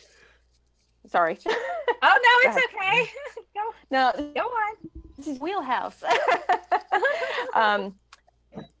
So yeah, in terms of just to piggyback on what Mel's saying with testing, I work, and we'll actually, in terms of just to go into HPV a little bit more here. We test for the various your pap smear, and you could test them the next year if they're low risk for everything else. There's an algorithm that we determine all the factors that go into how often we're doing that testing, and it could be negative, that the body has switched that off by itself. And then obviously, like Mel was saying, there's types that are higher risk that we might have to do additional invasive procedures to get rid of all those cells. It is mucosal tissue, so there is a high rate of reproduction with those cells. There's a high rate of turnover, and they, reproduce with that viral load. What was the big scare with the HPV vaccine? That the controversy, because that was a little more than just anti-vaccine, because that there was something a little bit more to that particular Wasn't that? I know the right wingers were all saying it was basically a license to tell your children to have sex 24/7. Well, that's just that's a stupid. I mean, it was more of a social issue. It wasn't a medical issue because if you're, if you're saying that there was some kind of shock that some of the women that were getting the HPV vaccine were experiencing some kind of toxic shock or something. Toxic shock, HPV vaccine. Yeah, there's I'm something not along those familiar lines. with that. I don't remember that. They did have some. It was a little higher risk than your average vaccine in terms of reactions. At some time, I believe, and don't quote me on this, that they've tweaked it to be a little bit less prolific in that sense. But we give it routinely and don't see a lot of reactions in terms of the HPV vaccine. I mean, no, and that goes along with a ton of education too. It's not just like here's your vaccine, run along and do as you please. Because not all the vaccines protect for all forms of HPV. No, and never mind HPV, and not just HPV. I mean, obviously, like you're still at risk for, the chlamydia, syphilis, gonorrhea, or HIV, you name it. Yeah, so I mean, that's one of the lower end spectrum like ones. I mean, yes, it causes cancer, but I mean, people don't. But HPV don't notice as much as something like. Though. Yeah, that's a very detectable. Well, syphilis gone unchecked is. I mean, even if you look at the statistics in regards to HPV versus syphilis or gonorrhea, okay, syphilis or gonorrhea can have long-term horrible effects that at some point do reach untreatable aspects. HPV, at least, it's transient. They call it the cold of the cervix now. So if a woman can test positive for it and then in like 6 months, not have it and never have it for the rest of her life. Yeah, I mean, like syphilis eats your brain. It turns like Swiss cheese or something. It makes you forget where you're. Syphilis is way more problematic. By the way, what was I saying? Who am I? Where are we at? King Henry VIII died of syphilis. Hey, the only thing I've ever caught from a chick was a headache and debt. That's it. That's it. And you know what? A huge percent of the population is walking around with HPV of some. That's like 8 out of 10. Yeah, it's like 80 to 90%. But as she pointed out, for men don't have a problem with HPV. Well, it also does cause genital warts too, some varieties, which is far more horrifying. All right, everybody check yourself. I think you're we would supposed notice. to have bumps on the tip, right? You're supposed but see, this is what's funny. Those aren't beauty marks? I thought they were ribbed. You can have the virus that causes the warts and never have warts. That's what's funny. You can. You can also have the virus and never have an outbreak either. Yes. Wow. So I mean, because our immune systems are fantastic, they can keep that under check, and you may not even transmit it, but you can actually carry these viruses and never have any symptoms. That's what makes it so problematic, especially for men who can be carriers for these things, and it really maybe affect 1% of the population of them compared to the rest. It doesn't really do anything to men. But they're carriers for this thing. As far as I know, men don't have a cervix to get cervical cancer.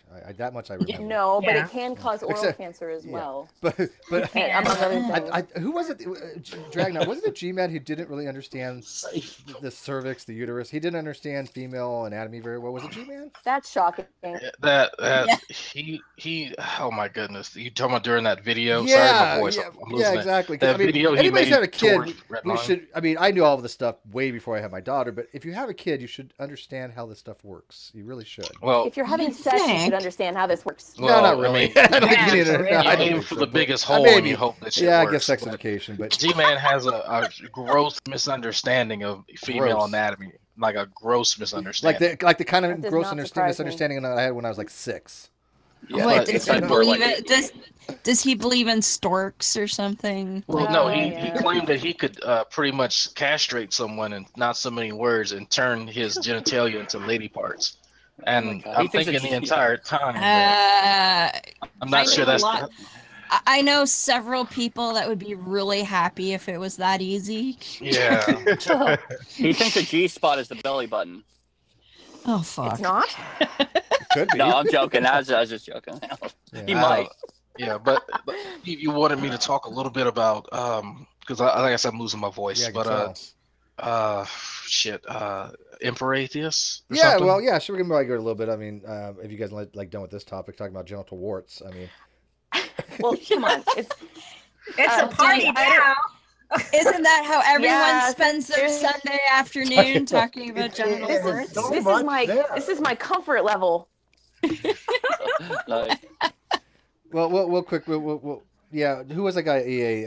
He seemed like a pretty decent guy. Then we'll get back to warts. Don't worry. And I still got to get General in here. We didn't recognize him when he popped in, and I wanted to talk about General with the guests we have lined up for the helium diffusion race because General knows about. You have genital guests lined up. No. Whoa. I don't want to talk about his genital. Sounds like itchy situation. That's an itchy situation. Although, from what I understand, he has very, very nice genitals.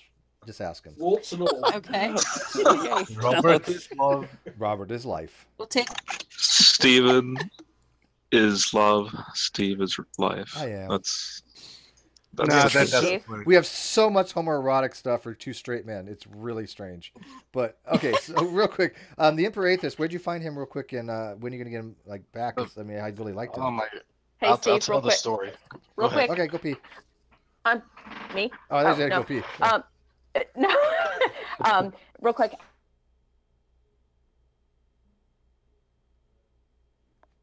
How have to do some. So I'm sorry. Don't kill me. I've got a couple more minutes if you have something you want to do. Yeah, sure. Sorry. No, that's fine.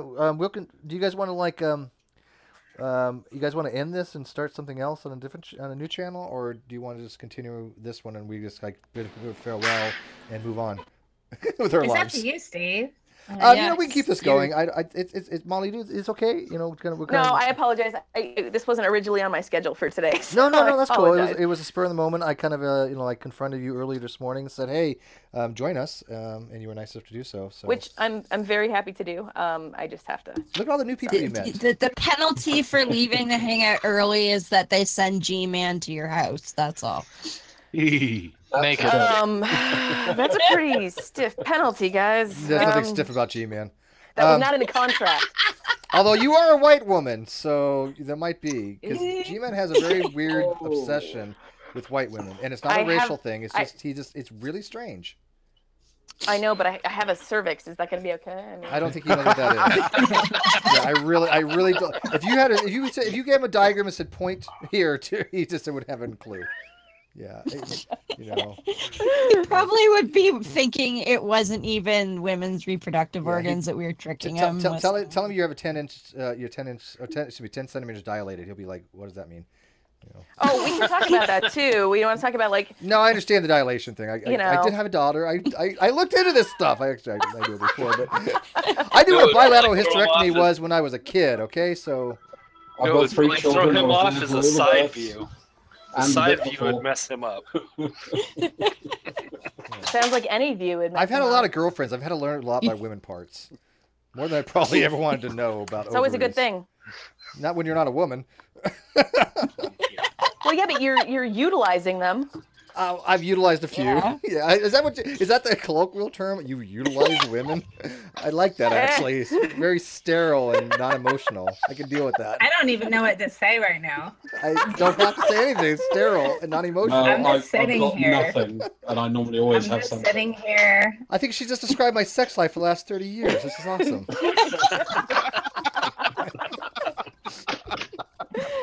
You have my condolences. No, don't. It's not a bad thing. Trust me. You saw the level that I reached with my last one. So. Yeah. Anyway, I think we should change the subject. Yeah, it's okay.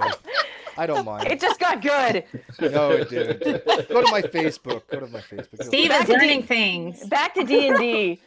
Yes, back to D&D where it's safe. So, about those paladins. Yeah, I was going to say, if we didn't have this video demonetized before, there sure the hell is now. Both of those debates with Emperor Atheist got demonetized, so don't worry.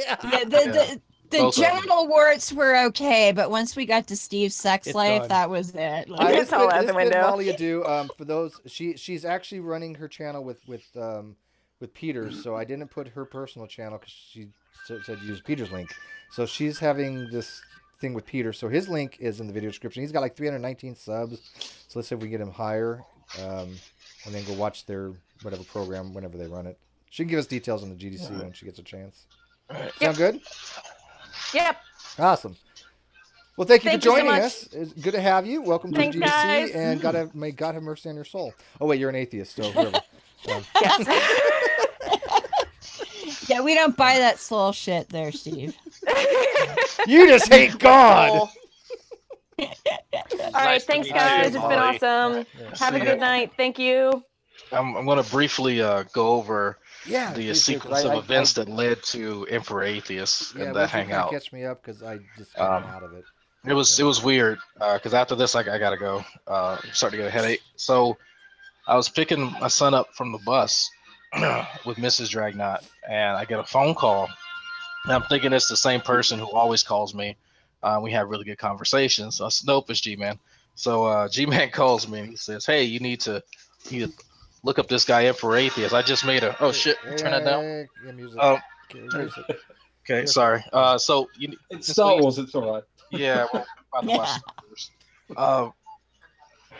Okay, so my wife is bitching at me now, so I gotta hurry story up. So basically, G-Man tells me that to go watch this video and go and see if I can find Emperor Atheist, set up a debate between the two, and I said, okay, I'll see what I can do. Oh, G-Man found him first. You didn't. Yes, G-Man found him. I did not find him.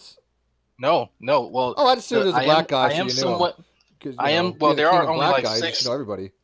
Yeah, I do. There's only 6 black Don't you know all your atheists on the internet, so supplicants? yeah. Well, What kind of king are it's you? funny you mentioned that because he was a member of one of the black atheist groups that I started on Facebook. That's how I found him. So he had his Facebook on in his description, and so I messaged him, but he didn't respond. So I said, okay, well, we're not friends, so let me go contact one of the other guys that we have as a mutual friend, tell him to check his messages. And so I got his phone number. We talked on the phone. We said, all right, let's do it. And we spent like the next hour just trying to work out G+ because he had never operated it before. So that was fun. G-Man gets in the room. I kick out everyone else. And this dude knows Koine Greek. This guy and his father, his grandfather have all been Baptist preachers. This guy, I think he went to seminary school. Like he is educated. Like he knows his shit. He's rattling off Bible verses as well, and Aramaic. Yes, yes. I was like, shit. He's just naming all languages that he knows. And if you watch the hangout, this dude brings up specific shit for G-Man to discuss, and G-Man jumped from topic to topic to topic in the classic G-Man fashion, but he can't actually address any of the stuff that he's saying, and he does the classic G-Man swap. So when you challenge him to substantiate his claim, he then challenged you to disprove it. And I mean, it turned almost into a shit show until I said, you know what, gloves off. You guys just have a back and forth. I'm soft moderation, and man, the hyena laugh, the seal clapping, everything happened. It was awesome. It was awesome. So if you have not seen it, start from I will watch it. I hour and 10-minute mark, and then go. Yes, I can skip the first hour. Then even me and G-Man got into it for only 5 minutes though. But well, I mean, can I skip the first hour? Yeah. Okay. Yeah. That's. I was actually watching it for about an hour and 10 minutes, and I was like, okay, the guy's not getting his audio, and I quit. And I'm sorry I did, because that's when it got good. Apparently, it got really good. It was actually a very interesting hangout. Yeah, I definitely want to see it, but like Dragna keeps pointing out, when G-Man gets into that phase, there's no more conversation going on. At that point, it's just for entertainment to watch G-Man have a meltdown. Yeah, it's really clear, and people put it in the comments that this guy is bringing up some legit shit, and it's hard for G-Man to even respond to it because he's used to arguing his ridiculous points, like the natural gods thing, and you can see like the bewilderment on Emperor Atheist's face. Like, what the hell are you talking about? Well, you saw the Levian Satanist thing too. Levian Satanist. But that's the thing. This guy has read like all those books that G-Man claims no atheist has read. This guy's actually fucking read them. I've read the Satanic. I've read the Satanic Bible. I've had a Satanic Bible. I've read the Greater Key of Solomon. I've read these books too. I mean, I was kind of hanging around with Wiccans back in the day. James Gardner. It was Martin Gardner, not James Gardner. I had Martin Gardner's Complete Guide to Witchcraft. Wasn't it Martin Gardner? No, it's James. Not James Gardner. Oh God, The Witch's Bible. He was Martin Gardner. Yeah. Was that Martin Gardner? I'm pretty sure. Yeah. Not the mathematician guy. There's a different Martin Gardner, but I think that it was complete. Like, he applied to witchcraft and a few other things. Yeah, I didn't buy any of this stuff really. I mean, it was interesting to me. I only liked it because I like Black Sabbath. You know, that was kind of cool. You know. Well, on that note, go watch it. Start at hour and 10 minutes, and I will catch y'all. What do you think of Molly, by the way? Good addition. Oh, she was nice. I saw her for a little bit. Probably talked to her a little bit later. Good finds, man. She seemed knowledgeable. Yeah, we need to let them get hit in the face with G-Man logic. So take one to the face by G-Man. I get enough of that on my science account. No, you've never met G-Man. You've never dealt with G-Man. If you've never engaged him one-on-one, yeah, it's a different experience. I'm telling you. I've met stupid people on the internet, but this guy takes the cake. I've only been in one hangout with him, and that was the one where he was on the swing set in the park, and the swings were like screeching every time he was, and people were like, "Look, dude, you can be in the park. Just get the fuck off the swings, would you?" You're not 12. Hey, so Mel, you have not been in a hangout with G-Man yet? Me? Not Mel. to engage. Oh, no. Oh, how is this? How has this not happened yet? I don't know if I could stand it. I would at some point be like, okay, I'm gonna go eat chocolate. I'll see you later. I got better things to do. I need to go gouge myself with some sugar. Yeah, the after show was my first time, and it like I didn't last but 5 minutes, and I snapped. I couldn't. I snapped. I don't snap at G-Man any longer. I just couldn't. See, I don't snap at people. I just sit there and I'll just be like, why do you think this way? Well, like the other day, he had such a bad argument, and between Dragnot, myself, and Emperor Atheist, we're all pointing out how bad his argument really was, and he doesn't understand what it we're doesn't saying. matter. It's See, so at funny. some point, you have to pick your battles, and I don't understand engaging with a certain level of individual who refuses to accept evidence, because after a while, you're like, well, it's not high on my list of things either. I don't go I out could of my way. scratch my butt and it would be more productive because at least the itch is gone. So, you know, like, what am I doing G-Man's like here? that itch on your ass that doesn't go away, okay? Yeah, well, the hemorrhoid. Yeah. it only itches if you let it bother it. That's the kind of itch that's just like, you know. I don't deal with him that much, so it's no big deal to me. I just like tune into him every so often, but he has no effect on my channel whatsoever. Well, that's good.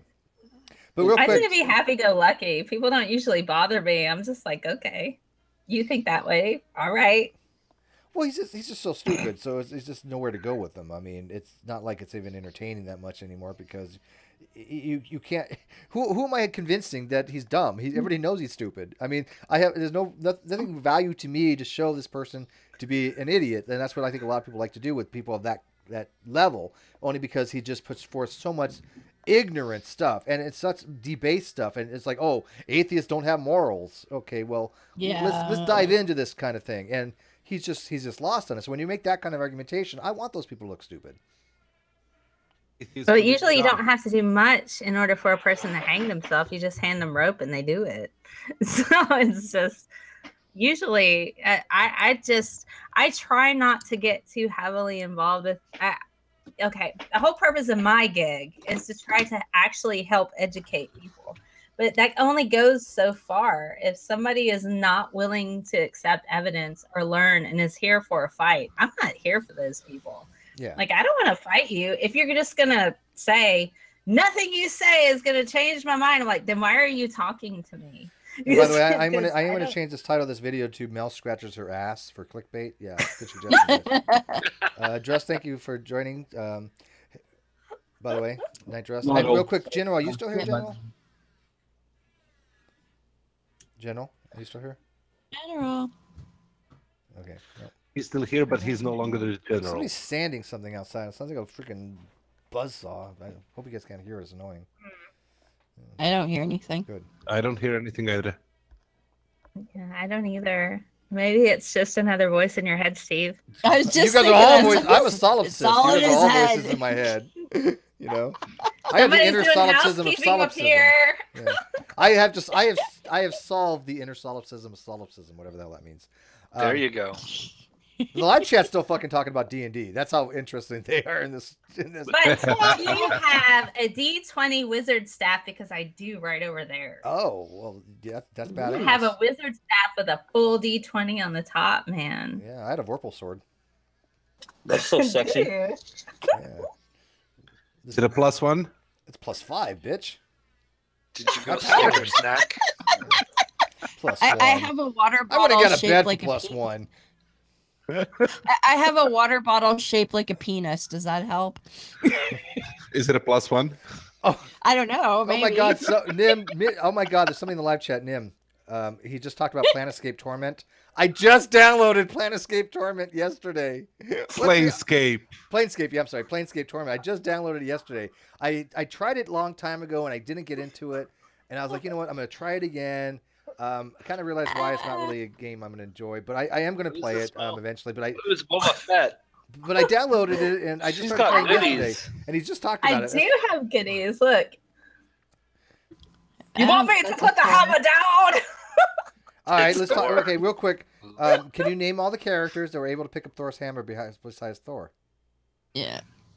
That's Thor. Oh, wait. It was Jarvis. Jarvis entered the body of what the frick was his name? What? Vision. Vision can pick up the hammer. Vision can pick up the hammer.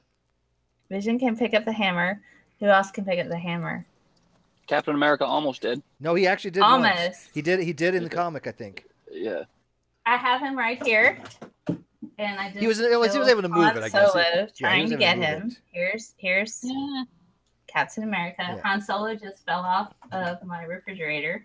Well, that's okay because Captain America could kick Han Solo's butt. So But there was 12 characters that could, by the way. 12 characters 12? that can pick up. Deadpool is one of them. Deadpool has to be one of them. Deadpool? I don't have a Deadpool figure. I don't think it was actually. Deadpool. That's kind of sad. It was Deadpool. Was it? I don't know, really. I know the Hulk did. think Deadpool was in him. How did Superman did he? It is Deadpool in Superman is in Deadpool DC. edition I 37, know. 1997.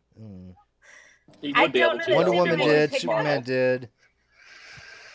Wait, Thor is Marvel. When did this cross? Yeah, I don't see how. I'm looking at it right now, and no, he's not on the list there. You know, Superman and Wonder Woman are DC. They're Well, Superman- not Marvel, so I don't know how they can. No, He Superman wouldn't and have Wonder Woman lifted it. did. I'm reading it right here. How? Thor is Marvel. Superman There's DC right here. in this universe. There. Oh, I was Thor right. is over here. Yeah, he picked up Captain America's shield and Thor's hammer. In what comic? Because DC is really kind of stingy. So I don't know if It was the cover somebody- to JLA/Avengers #4.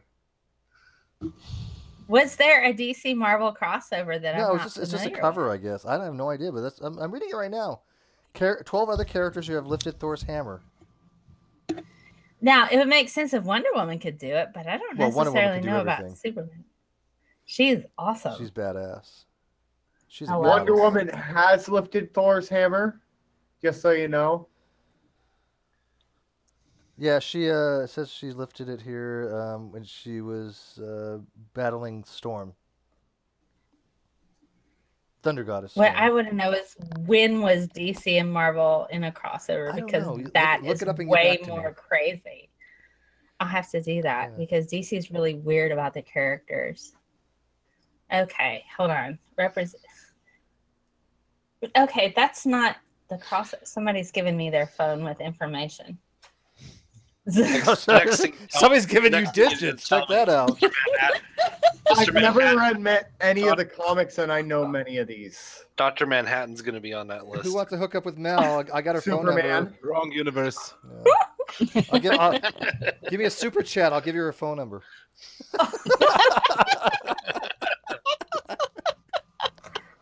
Oh gosh, I don't know. I got a D20 wizard Don't ever staff, trust so me I with can hold my personal own, man. info. see how easily I can be like swayed, but you know. I have a Nerf gun too, man. Hulk. The Hulk and the Red Hulk, yes, those both did. And it's fully loaded. I like those things. Air guns are awesome, but these are all Yeah, until somebody loses an eye. It's freaking Nerf, man. You don't know If my you luck. lose an eye from a Nerf gun, then you lose points in a lot of ways. I'm not gonna lie. When I was a kid, I safety made a dart goggles gun, and with Nerf I almost guns? took out somebody's eye. I actually stuck them right between the eyes with the dart gun.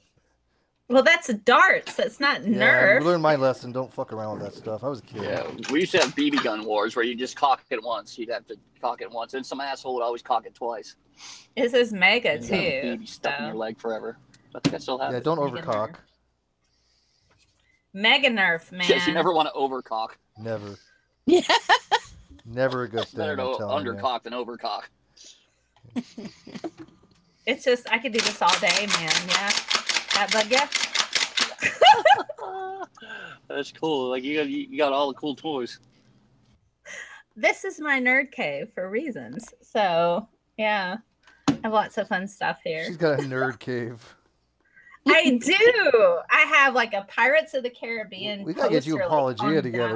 that He's got a nerve cave too. I'm sure of it. I have really 'Cause cool he's figurines. obviously a Star Wars freak. Like Star Trek. Oh, you guys would never Oh, get along Star then. Trek. You- See, now you're talking my language. You've Star just Trek. given Paula Gia a heart attack. And then I've got Naked green slave women. Connor doll. Wonder Woman's Connor doll. Highly detailed boots, zippers. Wow. Yes. Yeah. Come on, I man. wonder, do you think Paula Gia was allowed to like Star Trek? I mean, because he was a big player in the Star Wars franchise. He worked on the movies. I mean, he worked hand in hand with George Right. Lucas. Do you think he was allowed to like Star Trek? Or if you mentioned Star Trek, you'd be like chastised. No, he's probably like the guy that works for Pepsi but secretly drinks Coke at home. Yeah, that's. You mean like Ghost Rider Village People version? No, I can't bring it. I can't bring it on camera because it's up too tile. But I have the Star Trek Barbie and Ken signed by Grace Lee Whitney. Ah, that's cool. Yeah, Cool. that's one of my favorite items. I even have a sonic screwdriver. Out of Oh, I curiosity, gotta get one of those. That's what I do you want. guys read a lot of fiction books? I used miss to. reading fiction for fun. I used It's to. the thing I need to do more of. Yeah, I'm kind of into too much nonfiction recently. I just don't have time. Yeah, for fiction. I don't read any fiction anymore. Very, I'm very rarely. Does anyone always- know the reference of Mistborn? no. Anyone heard of it? What is Mistborn? It's just a really good book, and I've been looking for someone who actually got the reference for a long time, and I've never met anyone that. We're not as got it. nerdy as you. I'm sorry. No, but I can give you some. I can give you some good references to some good sci-fi books if you want some. I mean, if you want, we like the Gore series is really, really, really good, and there's a lot of Gore books, or the The Incarnations. gore. You mean the slave girl gore? Slave Girls of, Slave Girls of Gorn. Oh, that my that series God. was awesome, man. John Norman? Yeah, it was great. Yes. Okay, so this is maybe TMI, but way back in the day with my first husband, we were practicing Gorian slavery. I don't judge. Yeah. But no, That's why I laugh because What kind of restraints did you use? do you know what the series he is? made leather. They use no restraints. Do you know what the series? No, he used leather. Mel, do you know what this? I'm asking Mel. Do you know what the series of Gore is? No. Okay, it's a very sexualized, but in a very super, science fictionally type way. It's about a planet called Gore that lives on the other side of it's on the other side of the sun, and they have basically slave trade, and it's really good So fantasy. it's essentially like Anne Rice, the beauty series, except sci-fi. Sure. Yeah.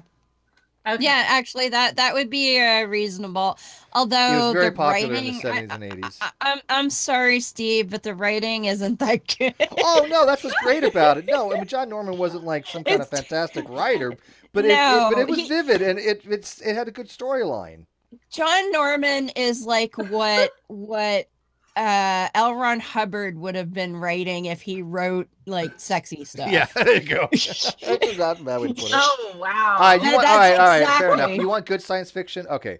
Again, Incarnation's Immortality, one of the best series you'll ever read. Love L. Ron those. Hubbard That's by writing Piers Anthony. sciencey, sexy stuff sounds horrible. This is there's not much That's to it. exactly what John Norman wrote. Yeah. Another good. And another I good even series. know myself. David, how And I good- used to be a huge fan of it. I used to have like 30 of them, and I gave them all away. there's years at least ago. 30 books on gore. David, how good is the Incarnation of Immortality series? Is that not a brilliant series? It You've is been a playing brilliant a game series. way too long if you're nerfing yourself. Man, No, but Incarnations of Immortality, it takes all the thing,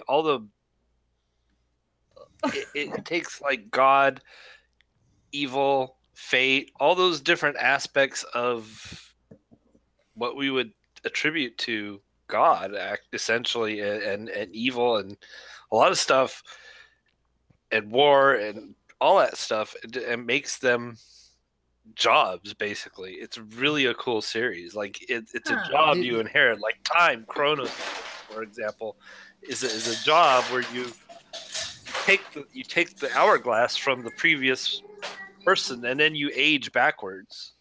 Yeah, each aspect has a different power. So it's like Benjamin Button then? Sort of.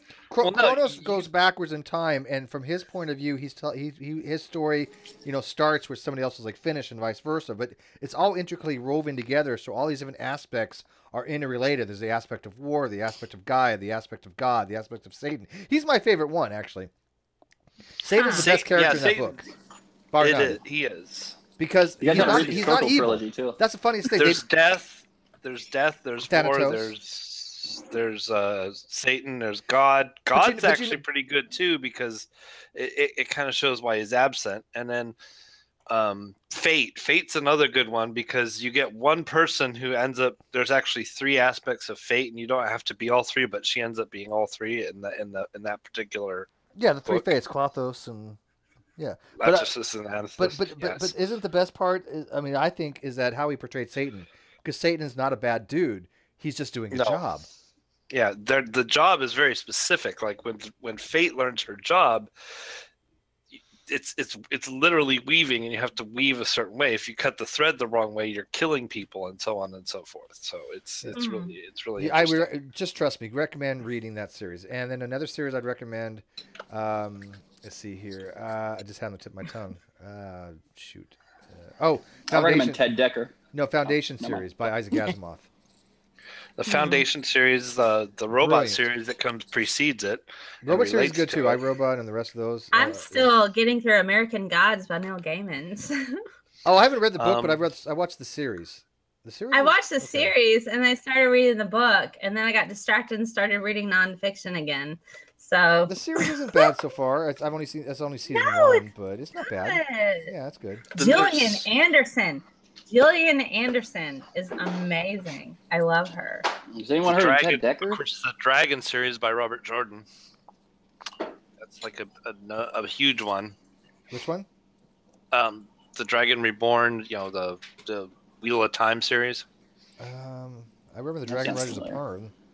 It's long. It's like 10 or 11 books. That's and he died before he completed it. He had to actually have someone. Yeah, actually, Robert Jordan actually died before the last one was written. Someone actually finished it. Why does that look strangely erotic? It looks like one of those Muppets to go. I need to get out more. I really do. Phenomena. Looks like one of those Chinese milking machines. Have you seen those? They get Are you sperm showing samples us your from. cervix, Mel? I am not a Nerf gun. But the Circle trilogy is another good book too. I haven't heard of that one. Yeah, she just shot us, man. Another good one is. Okay, that was kind of that. Yeah, that was pretty. Stop shooting your load everywhere. At least it's clean, and I can clean it up quickly. She doesn't have Einstein's to, watching. What would he say? I will shoot Einstein in the face. She doesn't have to worry about covering her keyboard with that. We're not dirty boys here. Yeah. We're trying to give people some literacy here and recommend like good science fiction. Good science fiction. Okay, well, I can help you with that. What do you recommend? What do I recommend for good science fiction? I used to read a lot of Clive Barker. Okay. I really liked The Thief of Always. I read that cover to cover in one day, in one sitting. It's pretty good. He writes really well and it flows. It just flows so easily. I liked that. I liked Weave World, The Great and Secret Show. I've read a lot of Anne Rice. I met her and I think she hit on me. Cool. She wanted to suck your blood. She wanted to suck your blood. I was like 19 when I met her, 19 or 20. And she came to town to the local bookstore. And I happened to have a couple of first editions I wanted her to sign. And I had read just about everything she had written at that point. I hadn't read the Witching Hour or the entire, like, the Witches series. I hadn't read that. I loved that. I did love that. She's a really good writer. She is. But Marius. Oh, Marius. She'll spend two or three pages talking about the color of the sky, but yeah, she's good. Yeah. That sounds like Stephen King. If you've not read Stephen King does that too. Gold, Yeah, okay. Stephen King has spent 3 pages talking about something that would make one, like 2 sentences from anybody else. But guys Blood like and comic Gold, books? for real. Mel, are If we you drinking like, wine? if you're a history nerd, Yes. Blood and Gold is absolutely amazing. I've read it so many times. Marius the Vampire is Roman. And so you get all of the Roman history. And then he passes through time. And then you get a bit of the Viking stuff. And then you get a bit of, it's just in, he interacted with Lestat. And you Is Mel having rum and coconut without us? Yeah, she is. Okay. Has anyone heard of Allowed to. She's Christopher over Moore? 21. This is I used white to- wine and cranberry juice because Oh, I've that's had fun. like Yeah, really typical bad girly drink. allergies and sinuses. I got No, whiskey. I used to love Anne Rice, but I don't read any fiction anymore. I have 2 stacks right now of books written by people I actually know that I need to read. Yeah, Oh, you have to bought go all, you through bought those. all of Mr. ID's books? Yeah, good No. job. Congratulations. And Brett Keane. Brett Brett Keane's Keane? got those books up there. And Joshua I Sully? don't know those fuckers. I'm talking about people I've actually met. Oh, you haven't seen Wasp on the Moon? No. Oh, we should show And- Heretic and I Wasp just- on the Moon one day. Oh boy. Hey, this book By would be Richard perfect for Raspberry, everyone. aka Joshua Shelley. And I just read Sounds 2 familiar. Bro, biographies. you mean of Rick Muhammad. Raspberry? Richard Raspberry, if you guys remember Yeah. him. Yeah, he wrote a book. Yes, I do. No. The He wrote a reviews book? are probably funnier. The Oh book my is so bad God. that the reviews are like we actually once or twice a that's year gotta be review great. we just read the reviews just for shits and giggles. Oh, that's got to be good. Oh, I Yeah. just But you guys finished got to read reading. Lamb. I just finished reading 2 Lamb, biographies but- of Muhammad, so and I've got more research to do. Oh gosh, have you read the Book of Lilith? No, Oh, I know God, about you should really read Lilith. about it. She Yeah, was, you should read the Book She was of the Lilith. Jewish pre-Eve. Yep. Yeah, The she's fir- the the Eve that First demon. would The- take no Ah. issues at all. And Adam's Well- like, "You will serve me," and she's like, "Yeah, no, I'm not." That's so No. cute. You think so? She's only a demon because she was for equality, but you The know. world's first feminist. Yeah. Yes. You know, it's funny. Do you guys follow Satan on Twitter? He's hilarious. Do you follow Satan on Twitter? What do you think? All these atheists are just the same thing as Satanists? God. It's funny. It's the letter S, 8, and N. He's so funny. He was like, you guys say I'm a bad person, but I'm the first person that like pushed for equality. I don't know if I follow. I follow I like don't- Creation Translation. I like him, and I follow. I've Take got That, Darwin. three or four different Satans on my follow list, and sweary fucking Jesus is a favorite. Satan's pretty funny. And I think I've got 3 different gods. like Yahweh gods. People in the live chat are still recommending books. I read Rendezvous with Rama, Heavy Holler. That was really good. I read all the Rama books. I read those. Yeah. I read Dune. I read most of the Dune books. Oh yeah, that's good. You guys will read Lamb. It's a comedy. It's Biff. It's Biff got Jesus's pal, and it goes throughout all the time that they don't say in the Bible what he really did. Like the first time he has sex, he has to have sex through his friend. Like his friends had sex for him, and then explains everything how it feels while he's standing there, and it's crazy. Christopher Moore, he does a lot of books. He does Vampire Sucks. So he live tweeted his sexual encounters. Don't we all? Dude, whenever you see me tweet score, you know what's going on. Ender's Game is a good one too. I haven't read the book. I saw the movie, but I heard the book is really good too. I happen to like the movie. People said they didn't like it. There's actually a couple of them. The movie's good, but there's a couple of them. There's one called Speak for the Dead, which is what happens after the movie. So there's sequels. But they're not movies. There's only one movie, right? They're books. Yeah, it's kind of like the what happened with 2010. Like there were. I read that series too. That was one of my earlier series. I read 2001: A Space Odyssey. Then the movie though does. I mean the movie's so overdone, right? I mean it's great. Don't get me wrong. I mean it's just if you don't read the books, you're not understanding the movie. You don't understand the cycle that he's trying to show from the baby to the rebirth to growing up and then dying. Yeah. All these were stages that humanity was going through in this. It was all allegory and it was just very very in depth. But if you don't read the book, you don't get any of that. You're like, what the hell is going on here? The Hitchhiker's Guide was good too. What's the other? What's the name of the other one? The Restaurant at the End of the Universe. The Restaurant at the End of the Universe. So Long Face for All the Fish. I read those too. I used to read a lot when I was a kid. I read all Bring your towel. Like that. See, I bought this for my birthday, and I've not read it yet. Oh, you're finally 21, right? I have a copy of that, and I have not read it either. I haven't either. I've God Is not. Not Great. What is it called? Yeah, well, the last book I read was The Demon Haunted World by Carl Sagan. If you haven't read that, you absolutely need to. It is so relevant. Yeah, I heard you have to. Yeah.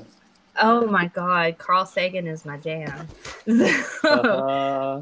Carl Sagan, it's so relevant. It talks about how pseudoscience and bad science is going to be the downfall of our civilization. I can get behind that. Yeah, it's pretty definitely scary. There's a lot of relevant text that he has in his book.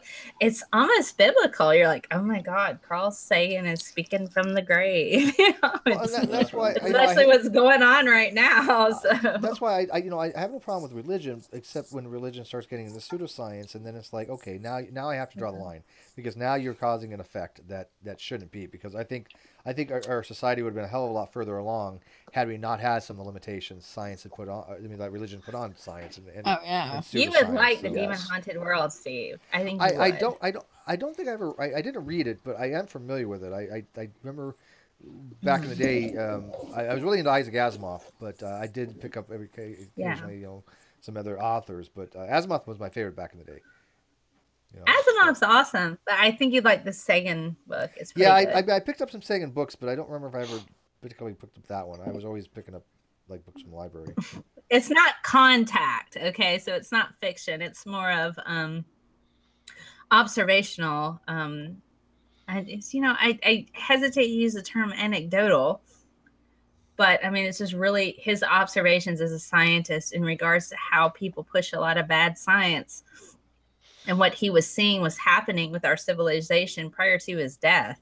So, and how he feels that a lot of this holding on to superstition and bad science is going to be the downfall of our civilization and inherently cause a lot of problems across the board, political, personal, societal, everything. We have a vice president who thinks the earth is 7,000 years old. How much more downfall can we get?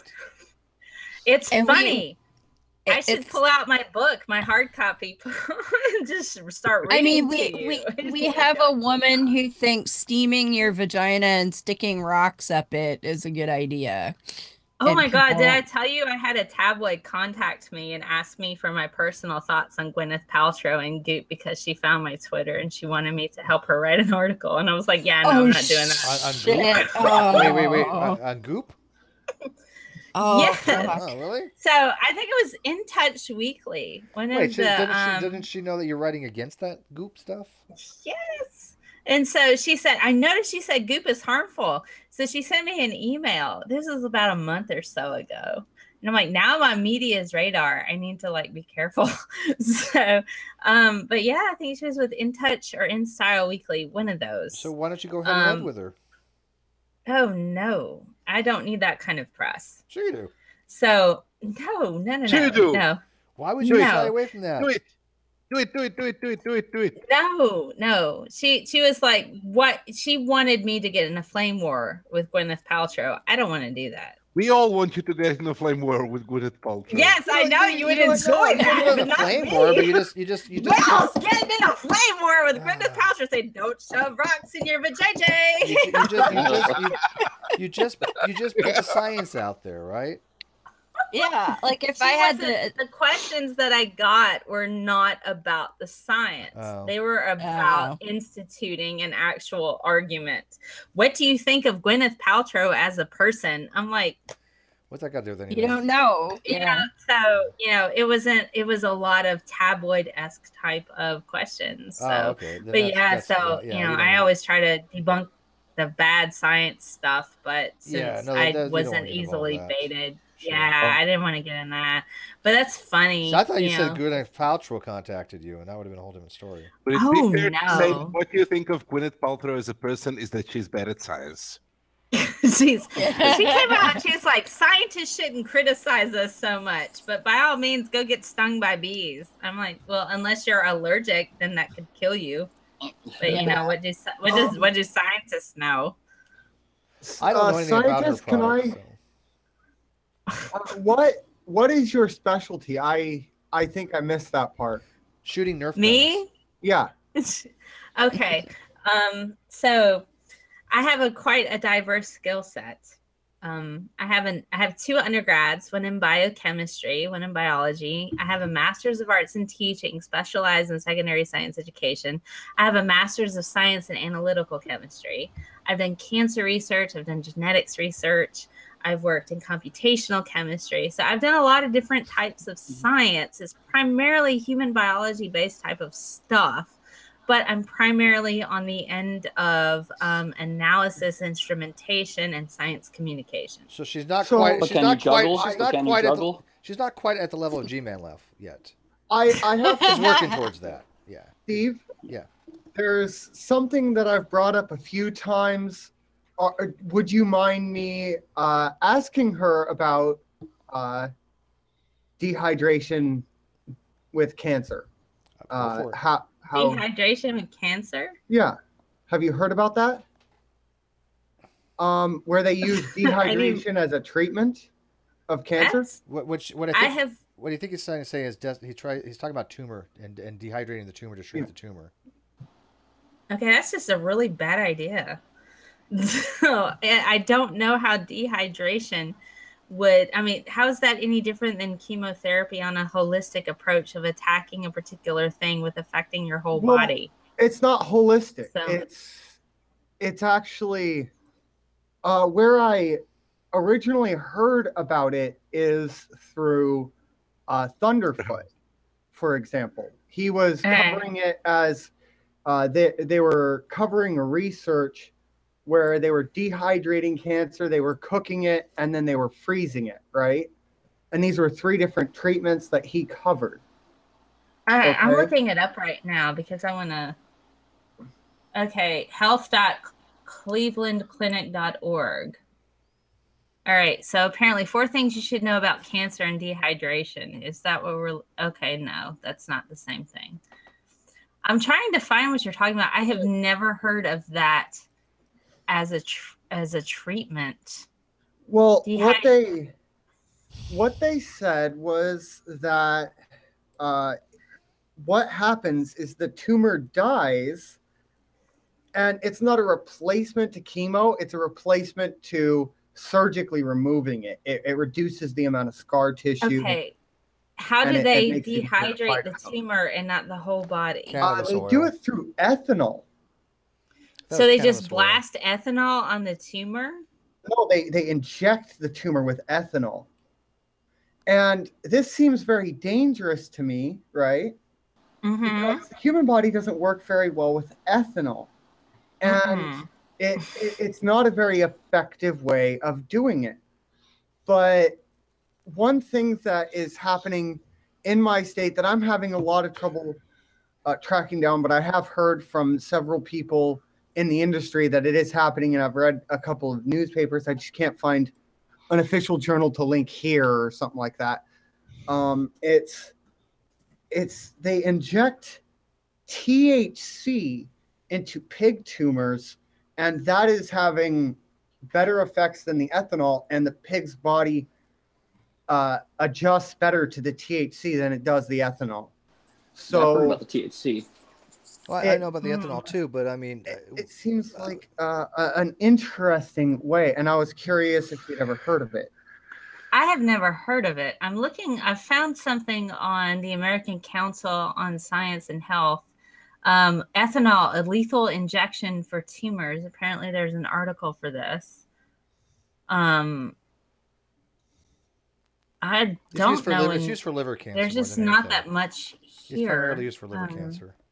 But THC, the whole thing. They believe their technique may be applicable to some breast cancers and cervical precancerous lesions. So, yeah, it seems like they were able to get it effective in an animal model. Looks like a mouse, but what it boils down to is this: the whole thing with like cancer and THC. There's been no evidence that I've read, and I've looked into this before, that the marijuana has anything to do with cancer whatsoever, other than for the medicinal effects for chemotherapy and radiation therapy. There's some cannabinoids that will shrink the tumor, but it doesn't kill the tumor. It doesn't have anything back. It's a desiccation process. But other than that, it doesn't cure the cancer. It doesn't kill the tumor. The ethanol will actually kill the tumor, but this whole push that cancer and cannabis are somehow interrelated, there's never been anything that shows any of this stuff. And people that smoke pot, just smoke pot because you want to smoke pot. Quit putting this relationship to cancer that's not there. The thing that makes me kind of nuts about this is if it was so easy just to inject ethanol into a tumor, then everybody would do it. It's only for certain tumors, from what I understand. You said it was liver, and then I read it was breast cancer and cervical. So possibly epithelial tumors, epithelial cells. That's like the covering or lining type of skin. Well, they did say for ablation, which is for out of the cover. That would make sense because ablation means to remove the outer layers. Right. So perhaps that's it. Maybe not necessarily for like brain tumors or anything, but I don't know. I worked primarily in epithelial cancers, and I haven't heard about that. But I worked in drug delivery as well as early detection through exosomes, looking for exosomes in a blood sample, which is the mode of metastasis for many aggressive strains of breast cancer. But I've never heard of just let's go in and squirt it with some ethanol and that'll fix it up, right? It's a little more complicated than that. I think they inject it. Yeah. Everclear and squirt it right in, and that'll sort you. I think they get a scouring pad. You get a Brillo pad. You dip it in ethanol, and then you scrub it's easy. I've heard about the tumor with a Brillo pad in a clockwise motion. In Everclear or Moonshine. If you're in Gatlinburg, there's a whole distillery. Yeah. Yeah, and then you got to use wash it off with gerbil urine. Yeah. Yeah. Gerbil urine? Is that what does that into? It's really good. Medicinal. No. Gerbil urine. This sounds like a Richard Gere thing. Right. Yeah. Good call. I was doing a reference. See who got it. Pretty woman. For good fun, look up gerbil urine. Pretty woman. There actually somebody is in the flat earth community that actually drinks his pee. His name's Pissy Pete. He's been banned by every bar in like a 50-mile radius because he drinks pee. But yeah, that's TMI, man. Yeah, straight up. That's what he does. That's his thing. How I don't understand the bodily fluid thing. I don't, because I know everything that could kill you, flat, and most of it is in bodily fluid. So I'm just like, no, thank you. If your body needed it, it would take it out on the first go around. You wouldn't have to put it back in. The Learning Channel. This is like 3 or 4 years ago. They had a series, My Strange Addiction, and this woman, she was drinking her own urine and bathing in it, and she had cancer, and so she was like, oh yeah, drinking my own urine's gonna help cure my cancer. And I mean, I'm sure she's dead by now because that was 3 or 4 years ago, but it was horrible. I was just like, and like bathing in it too, just ugh. You know, if I was in the desert and that was my only source of that's one thing. That's no, I would different, honestly, but, I'd be like, let me you know, die. Yeah. But you have to drink it right away because it can go bad. I'm quickly. dead. Just let me die. I don't. See, I don't watch the Man versus Wild crap very long. I'm like, why would you do that? Yeah. There's a certain point. There's a certain point. I'd be like, I don't have enough will to continue on. That I'm going to be drinking mine or anybody else's pee. So when he goes around eating bear shit, you're like, bear shit's actually nutritious. Like, Ooh, look at all the berries in here. Like the elephant turds and the squeeze and the yes, he fluid, squeezed the water out of it. Yeah. Well, you want to know before we're definitely demonetized now. We're all eating bear food. The sad part is that they were caught off camera eating cheeseburgers and shit. Yeah, like he's not out there alone. No, at all. And he was helicoptered to a hotel regularly. Yeah, like Man versus Wild, my ass. Wait, are you trying to tell me that reality TV is not real? I mean, seriously? You're really trying to... I don't believe that. I don't believe that. It's reality. It says reality right there in the name. Okay? Yeah. That was probably one of the worst shows. Oh, I'm going to eat this spider, this scorpion. And then like 15 minutes later, he's probably, eating a BLT. I hear they taste like shrimp. Like picking it all up and then eating it. Where's my Big Mac? We had to fly 30 miles to get this Big Mac. Thank you. Right. Okay, wait a minute. It's fucking cold. Go back and get me a hot one. And some fries, this time supersized. You know the drill. Yeah. They don't let that shit get cold. I think McDonald's doesn't have supersize anymore, do they? I don't know. They can't do that anymore. Even if you ask, they can't do it. But you can buy soda by like a gallon now. I don't drink soda at all. Yeah. Up to 5 gallons. I completely eliminated soda from my routine. I don't. I drink soda water, but I don't drink soda. Oh, soda and water's good. McDonald's. Soda's water's good. That's 2 cents plain. That's fine. That's just carbonated water. I used to drink like 5 or 6 cans of Diet Coke a day, and then not long after I quit smoking, I just like I'm drinking it, and I'm like, I don't like this. It doesn't taste good anymore. Yeah. So, and now like I will drink. My favorite is Cherry Coke Zero, which they had in Ontario for like 3 months in the spring, and now they don't have it anymore. Yeah, I don't want to drink that stuff. I have to like bring it in if I visit New York State or something. But even then, like most of the time, 90% of the time, I drink water or tea. Yeah, no, I drink that too. I've been drinking tea all day in my new mug. Oh, nice. Thank you. Cheers. Cheers. All right, guys. I think it's about time we kind of close this out. Everybody's trying to drop it out. Fading. It's been a long hangout. I wanted to thank Molly for jumping in and joining us earlier, but she had left. But that was kind of really cool that she's new to the community, so there's a great welcome to her. Mel, thanks for dropping by. Always a pleasure to see you, and Heretic, and Dave and Barney, and other supporters of the channel. Upcoming news, real quick. Like I said, I've been talking to those 2 physicists who wrote articles that have been on Talk Origins. Hopefully, we get them 2 in. One's a Christian, one's not, and the Christian knows people from RTB, and so that was a concern with him. But he seems to be very interested. I really think that'd be a great hangout if we can talk about helium diffusion rates, because it's such a hard topic that I'm trying to wrap my head around again. Because I did look at it once, but it's been so long ago. Zoe does life. She says she's going to try to come on next week.